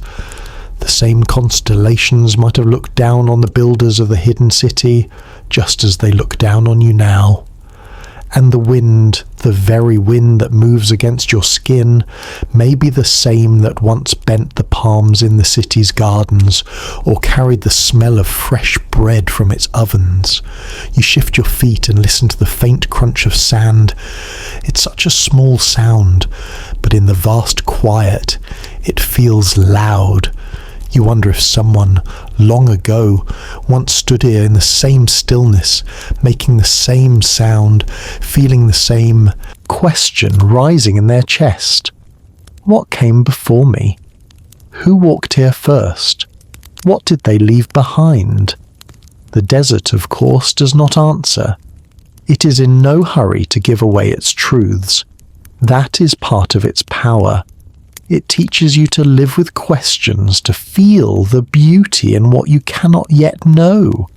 And perhaps that is why so many are drawn to it, not only for what it might reveal, but for the way it makes you see yourself more clearly against the backdrop of something so ancient and enduring.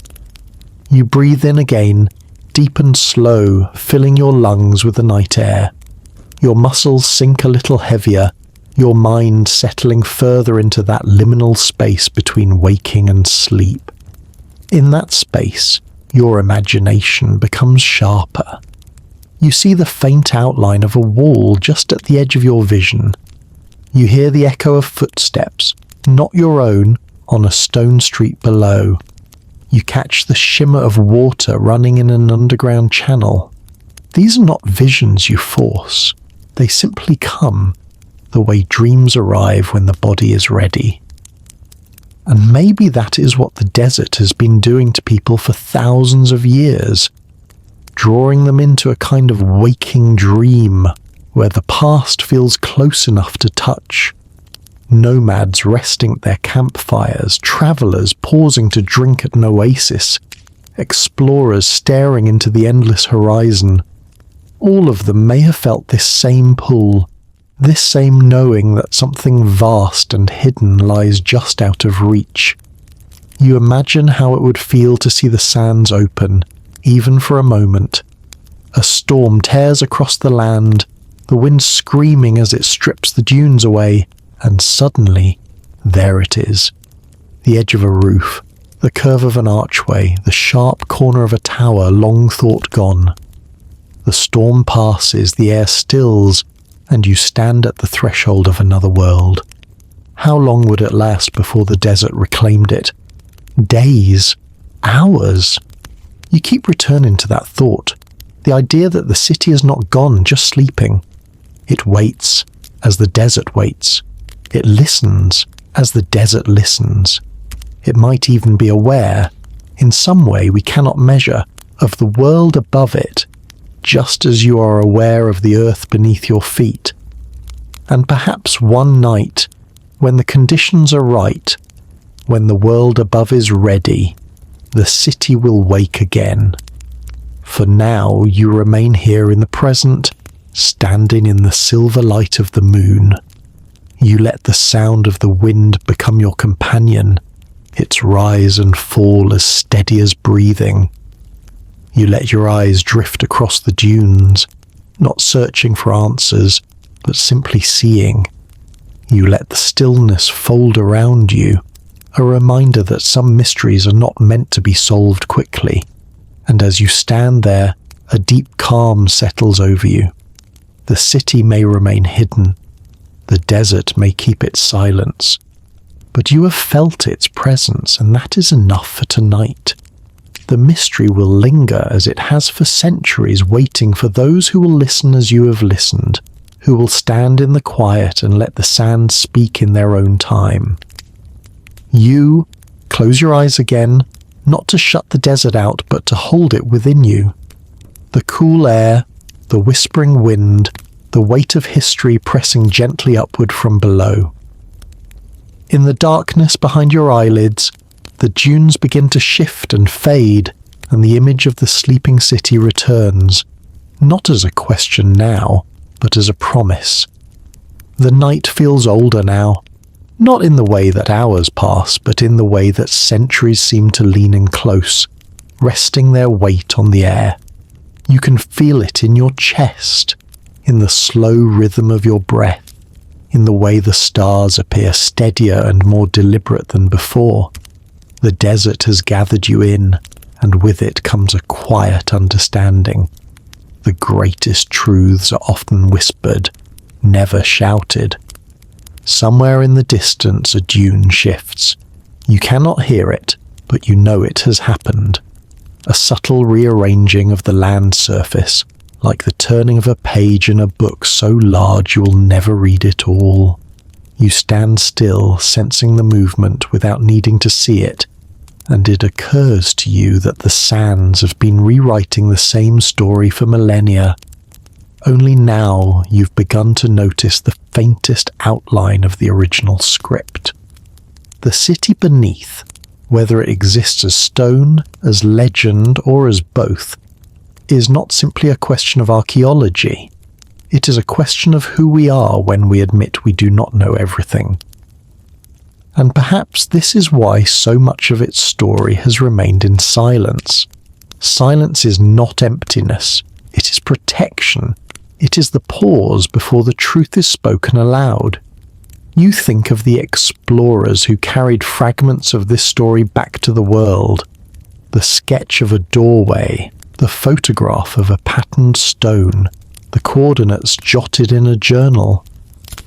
You think of the legends carried in song, the words spoken by firelight to children who would one day cross these same dunes.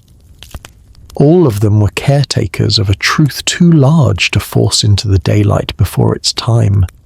Perhaps you realize the desert itself is the greatest caretaker. It chooses what to show and what to hide, which winds will reveal a wall, which storms will erase it again. The city's survival may depend not on our finding it, but on the sands keeping it safe from us until we are ready to understand it. This is where your thoughts turn soft, more like drifting clouds than solid shapes. You wonder if the people who built the city knew this would happen, if they chose to leave certain markers, clues meant to last beyond the end of their time. Maybe they carved symbols into stone not for their own use, but for ours. Maybe they aligned their streets to the stars so that no matter how much the dunes shifted, the city could always be found by those who knew how to look. The thought fills you with a strange warmth, as if across the gulf of thousands of years someone has reached out a hand to guide you. You imagine that if you could peel back the sand in a single sweep, the city would rise not in ruin but in completeness, as though it had only been asleep, waiting for your arrival. Its streets would glow in the moonlight, the air inside its walls carrying the faint scent of the plants that once grew there. But then the vision fades, and you are back on the dune, the world around you silent except for the steady hush of the wind. The city remains hidden, the truth unrevealed, and yet you feel no frustration. You have learned that the mystery itself is a gift. The waiting, the not knowing, the listening, these are as much a part of the story as the discovery will be. You let your gaze return to the sky. The stars are bright, but some are older than human memory. They have witnessed cycles of rise and fall, of green lands turning to deserts, and deserts blooming again. They have seen cities appear, flourish, vanish, and return in other forms. Perhaps they look on us now with the same patient curiosity they once turned toward the builders beneath your feet. And here comes the quiet question again, the one that first brought you here. What else might lie hidden, waiting for us to remember? You turn it over in your mind like a smooth stone, knowing there is no answer tonight, perhaps no answer in your lifetime. But you also know that someone someday will stand where you are standing now and feel the same pull. And perhaps they will be the one who sees the sand open for the last time. Your body feels heavier now in the most comfortable way. The ground beneath you is steady, the air gentle, the vastness of the desert like a deep ocean holding you afloat. In this moment, you are both alone and connected to the people who may have walked here long ago, to those who will come after, to the stars, to the wind, to the city sleeping in its chamber of sand. A final thought passes through you before you let the night close around your senses. History is not just what we dig up. It is also what we keep safe until the right moment comes. And in that way you realize we are all keepers of the past. Some of us hold it in memory, some in song, some in the shifting silence of the desert. The wind's voice softens almost to a lullaby now. The sky feels deeper, the stars a little warmer. You close your eyes, not to shut the desert out, but to carry it inward, where it can rest in you as the city rests beneath the sand. The mystery will be there when you wake, and until then the silence, as always, will guide you through the past. Time feels different here, as though each moment is stretched out like a long shadow at sunset. You stand in the same spot, but the sensation of standing is layered. You feel the present, yes, but also something older, something far beyond the limits of your own lifetime. The desert has a way of folding centuries together until they sit quietly in the same breath. The nature of time becomes clearer to you in this place. It is not a straight road running from past to future. It is more like the dunes themselves, ever shifting, reshaping, sometimes swallowing what came before, sometimes revealing it again without warning. A storm can erase a landmark in hours, but centuries later, the wind may carry the same sand away and uncover it exactly as it was left. You realize that this cycle of covering, hiding, and revealing is not just the desert's way of shaping the land. It is the way history itself behaves. You think of the city beneath your feet, whatever form it takes. To its builders, their work must have seemed permanent. They carved their walls from stone, perhaps believing that stone could defy the ages. But permanence is not the same as survival.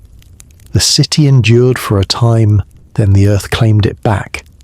Yet even in its burial, it did not disappear. It merely entered a slower rhythm, one in which centuries pass like minutes, and the line between past and present blurs. Perhaps the people of that city understood this better than we do now. Perhaps they saw their lives as part of a much longer arc, one in which they were neither the first nor the last to build, to thrive, to vanish. If so, then they may have lived with a kind of peace we rarely know, the peace of knowing that everything changes, and yet nothing is truly lost. The stars above remind you of this. Their light takes thousands, even millions of years to reach you. The glow you see tonight began long before your ancestors took their first steps here, long before the desert was even a desert.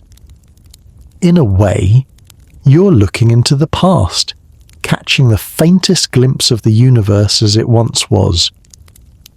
The same could be true for the city below, that if you could stand within it now, you would be stepping into a fragment of the past that has endured across time's shifting sands. You think about how humans measure time, calendars, clocks, the turning of the seasons. but the desert measures differently. Here, time is not numbered.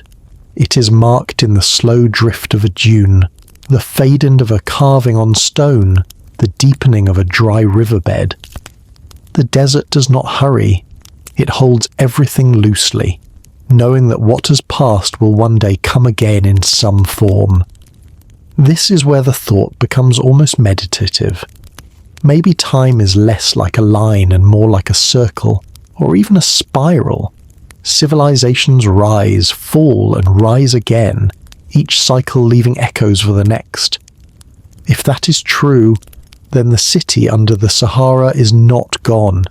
It is simply waiting its turn to return to the surface, the same way a star's light eventually finds its way back to the eyes of someone who will notice it. You let this idea settle over you, as calming as the night air. Your breath is slow, steady. You're no longer thinking about digging or discovering, about proof or evidence. You're thinking about continuity, the way the past and present are not so much separate places as they are neighbouring rooms with a thin wall between them. Somewhere in that wall, there might be a doorway. The city below might be such a doorway. If it were uncovered, it would not just tell us about its own time, it would connect us to every time before it. We would see in its streets the same patterns we've built and rebuilt across ages. The marketplace where voices rise together, the square where people gather under the sun, the temple or hall where they look to the stars for meaning. You imagine walking those streets. You run your hand along the walls, the stone cool even in the desert heat. The carvings are worn but still alive with meaning. You pass doorways that open into courtyards where the air is sweet with the memory of plants that once grew there. And above it all the sky, the same constellations, watching as it has watched for thousands of years. The city fades again, and you are back on the dune, but the feeling stays.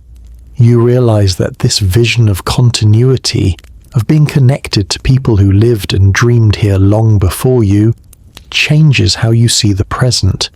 It makes it softer, slower. It reminds you that our lives are not separate threads, but part of a great woven cloth that stretches far beyond what we can see. The Sahara is often called empty, but you know now it is full of stories, full of time itself, layered grain by grain. The wind carries the past across the dunes just as surely as it shapes the surface. If you stand still long enough, you can almost hear the shifting of time itself, a slow and endless movement that will outlast all our maps and markers. You let that sound, or perhaps just the idea of it, sink into you. It quiets everything else, the questions, the need for answers, even the restless urge to know what lies beneath right now. You understand that some truths arrive only when they are ready, and the desert is in no rush to bring them forward. And so, you find yourself not impatient, but grateful. Grateful to stand here in this moment, knowing that you are a witness to something that is both ancient and alive. Grateful that time, in its great and winding way, has brought you to the edge of this mystery, even if you never see it resolved. The night deepens, the moon climbing higher. The air is cool on your skin. You close your eyes for a moment and feel the shape of the dune beneath you, steady and solid, as if it has been here forever. You know it hasn't. You know it moves, slowly but surely, across the land. And that is the truth of time. It moves, but it also stays. It erases, but it also preserves. It ends, but it also begins again. Somewhere beneath your feet, the city is part of that movement, part of that preservation. Whether it returns to the light in your lifetime or 1,000 years from now, it will still be there. a quiet reminder that the past is never truly gone. You breathe in once more, deeply, and when you exhale, it feels as though the desert breathes with you. The moment stretches, soft and unbroken, into something that feels almost outside of time. And in that stillness you understand. The city's greatest gift may not be its discovery, but the way it teaches you to listen to the endless rhythm of time itself, the stone, the shadow, the silence. Let those three guide you now, simple as beads on a string, steady as your breath. The stone is what remains. The shadow is what moves.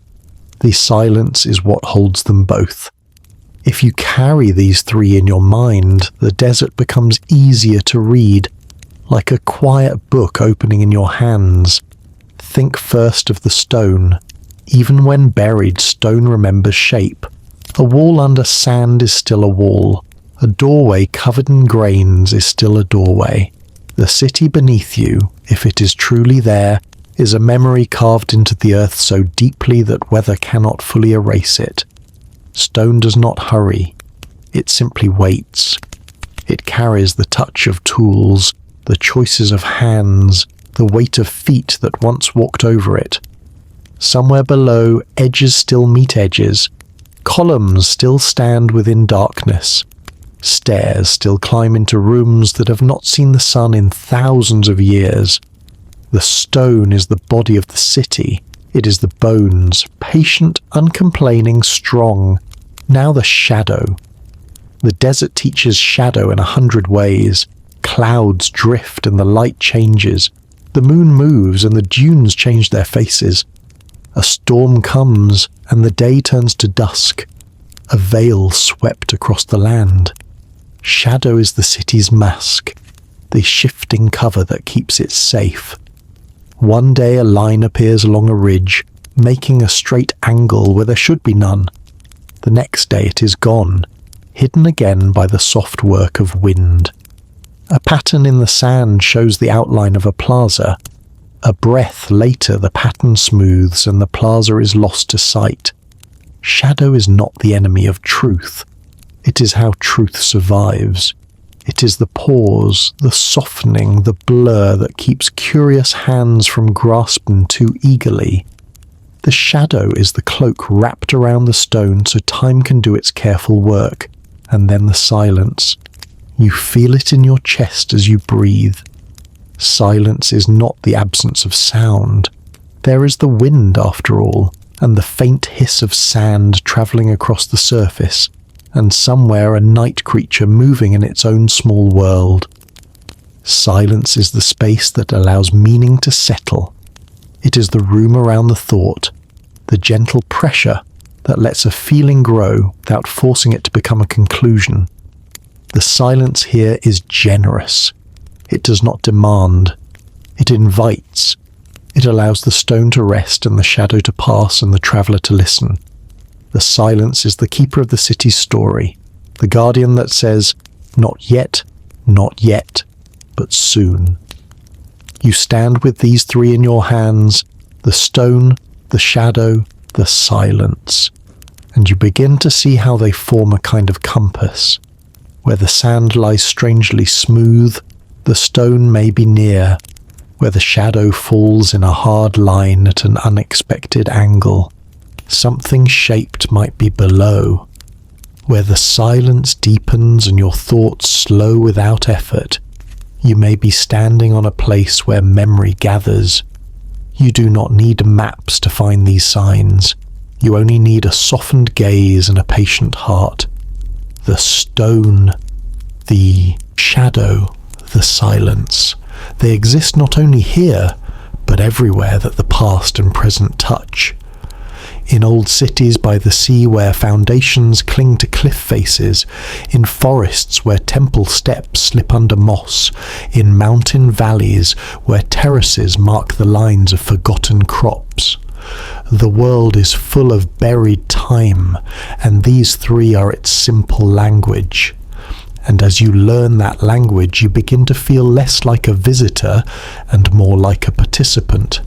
Not the hero of the story, not the solver of the mystery, but a thread woven gently into a fabric that already extends far beyond you. You kneel and let a handful of sand run through your fingers. Each grain flashes for a moment in the moonlight and then vanishes back to the dune. You think of how many such grains have passed over the hidden stone below, how many shadows have crossed that buried street, how many hours of silence have gathered in those rooms. The scale of it is quieting. It loosens the tight knots of wanting and replaces them with the soft cord of acceptance. You do not need to lift the city tonight. You only need to be here for it, to keep it company in its long sleep. Your mind moves to the people who made this place, the ones who shaped the stone and learned the pathways of the shadow and understood the gift of the silence. You can almost hear them teaching their children where to stand at dawn to watch light thread between pillars, or how to find coolness in the hottest hour by following the wind through narrow lanes. They knew what the desert wanted, not conquest, but conversation. Make your walls thick. Leave your courtyards open to the sky. Plant where the ground remembers water. Listen for the tone of the wind. Everything important was simple, and everything simple was important. You wonder what message they would send up through the sand if they could. Perhaps nothing grand. Not a warning, not secret formula, not a map to treasure. Perhaps just a reminder. Keep your buildings humble and your calendars long. Measure your success not in monuments that defy time, but in the care you give to each day. Remember that the world is not a ladder to be climbed, but a circle to be honoured. The stone, the shadow, the silence. Attend to these, and you will live in rhythm with the land. The wind lifts and the dune gives a faint sigh. You close your eyes, and in that brief darkness you let the triplet repeat like a mantra. The stone, the shadow, the silence. Each word becomes a step, and together they form a path. On that path, the need to prove and to own falls away. In its place comes a softer wish, to keep vigil, to bear witness, to be a respectful listener at the edge of a sleeping room. You picture the city once more, but now you see it as a balance of the three. Stone rising clean and sure, shadow weaving shade where life can flourish, silence holding the place together like mortar. You see a market in the cool morning, awnings casting patterns on the ground. You see water cupped in basins, trembling as feet pass. You see a child running, then stopping suddenly to listen to a bell that marks the turn of the sun. And when the light grows hard, you see people retreat into courtyards where silence is not emptiness but comfort, the kind that gives the heart room to settle. The vision dissolves, the dune returns, but the balance remains in you. You realize that you can carry the triplet home, into crowded streets and bright rooms and hurried days. Wherever you go, there will be a kind of stone to trust, something that lasts, a promise kept, a steady routine, a friendship that does not break. There will be a kind of shadow to honour, boundaries that protect, pauses that cool the day, shades that keep your strength from burning away. And there will be a kind of silence to shelter, moments when you set the noise down and let meaning arrive on its own. You breathe and feel how simple it is. The desert has not asked you to solve anything. It has given you 3 small tools and trusted you to use them well. The city beneath has not asked to be rescued. It has asked only to be remembered, not in shouts, but in quiet, consistent attention. This, too, is a kind of care, The moon has climbed higher. The stars are patient. You stand and look out across the silvered waves of sand and imagine the stone below, the shadow above, the silence between. If the city wakes one day, these three will guide the hands that uncover it. If it sleeps for 1,000 years more, these three will keep it safe. Either way, the story continues, and so you turn inward one last time tonight, holding the triplet close, letting it steady your breath. The stone, the shadow, the silence. The stone, the shadow, the silence. With each repetition, the body relaxes deeper, the mind grows clearer, and the desert's calm settles into you like soft light through a window. The city is near. The answers can wait. The night is kind. The night has grown so still that even the wind seems to pause, as if it too is listening. You stand on the dune, eyes half closed, the desert stretching away in every direction like an ocean frozen mid-wave. There is no rush now, no sense of urgency, only the steady, timeless feeling that you're exactly where you're meant to be. The hidden city is beneath you, but it no longer feels like a riddle demanding to be solved. It feels like an old friend keeping watch from the quiet below. You let your senses sink deeper. The air is cool against your skin. The sand under your feet feels firm but alive, shifting slowly, breathing with the earth. Above, the stars spill their light across the sky in rivers, each one an ancient witness to all that has passed here. You realize that they have watched every moment of the city's life, its birth, its rise, its fall into silence, and they will still be watching when the sand one day moves aside to reveal it again. In your mind, you walk through those buried streets one last time tonight. The stone is, warm in the sun of a long-vanished day. The shadow stretches in the cool morning, curling through narrow lanes. The silence wraps around the city in the deep hours before dawn, holding every sound like a secret. You see the people again, voices lifted in greeting, hands passing food, children darting between market stalls, elders sitting in the shade watching.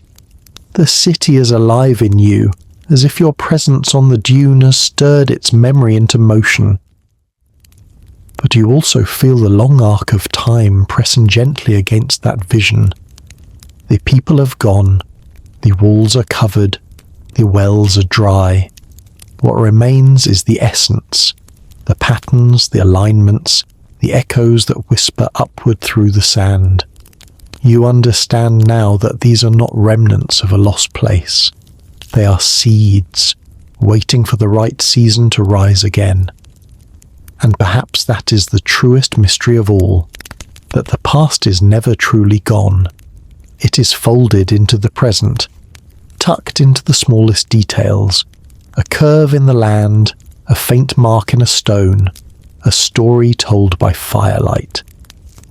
The city beneath the Sahara is not only a place on a map we have yet to draw, it is a reminder that our history is larger, stranger, and more beautiful than we allow ourselves to believe.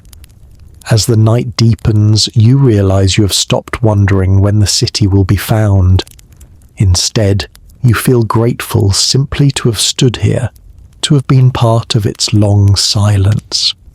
In that silence, you have heard more than facts could ever give you. Patience, endurance, the slow turning of the wheel of time. You have felt the weight of centuries and the lightness of a single breath, both held in the same space. The desert does not release its secrets easily, but it does share something more valuable, the gift of perspective. Out here, under this sky, you understand that we are not the first, and we will not be the last. We are part of a story so vast that no single lifetime can see its whole shape.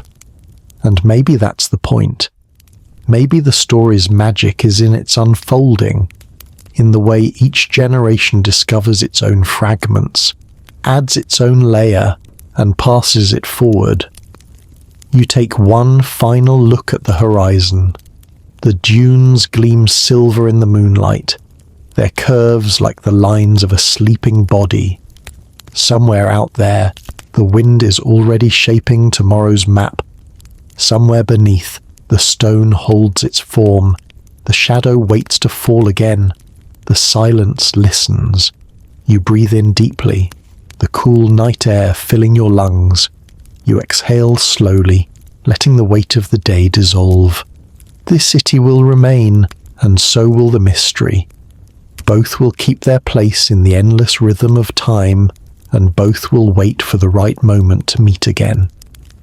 And now, as you let your eyes grow heavy, you carry that rhythm with you, the stone, the shadow, the silence, into the part of the night where dreams live. Perhaps in your dreams you will walk the city's streets again. Perhaps you will hear its voices, see its colours, feel the life it once held. Or perhaps you will simply sleep and that will be enough. When you wake, the desert will still be here. The city will still be here. And so will the mystery, quiet and eternal. So, as you drift towards sleep, hold this thought close. Some stories are not meant to end. They're meant to be lived with, carried forward, and passed on, a little at a time, like a torch in the dark. If you've travelled with me through this journey tonight, if you've felt the pull of the sands and the weight of history, then I invite you to stay with me for the next mystery, the next quiet unfolding. There are more places to visit, more echoes to follow, more hidden cities waiting in the folds of time. Subscribe so you'll be here when we take the next step into the past together.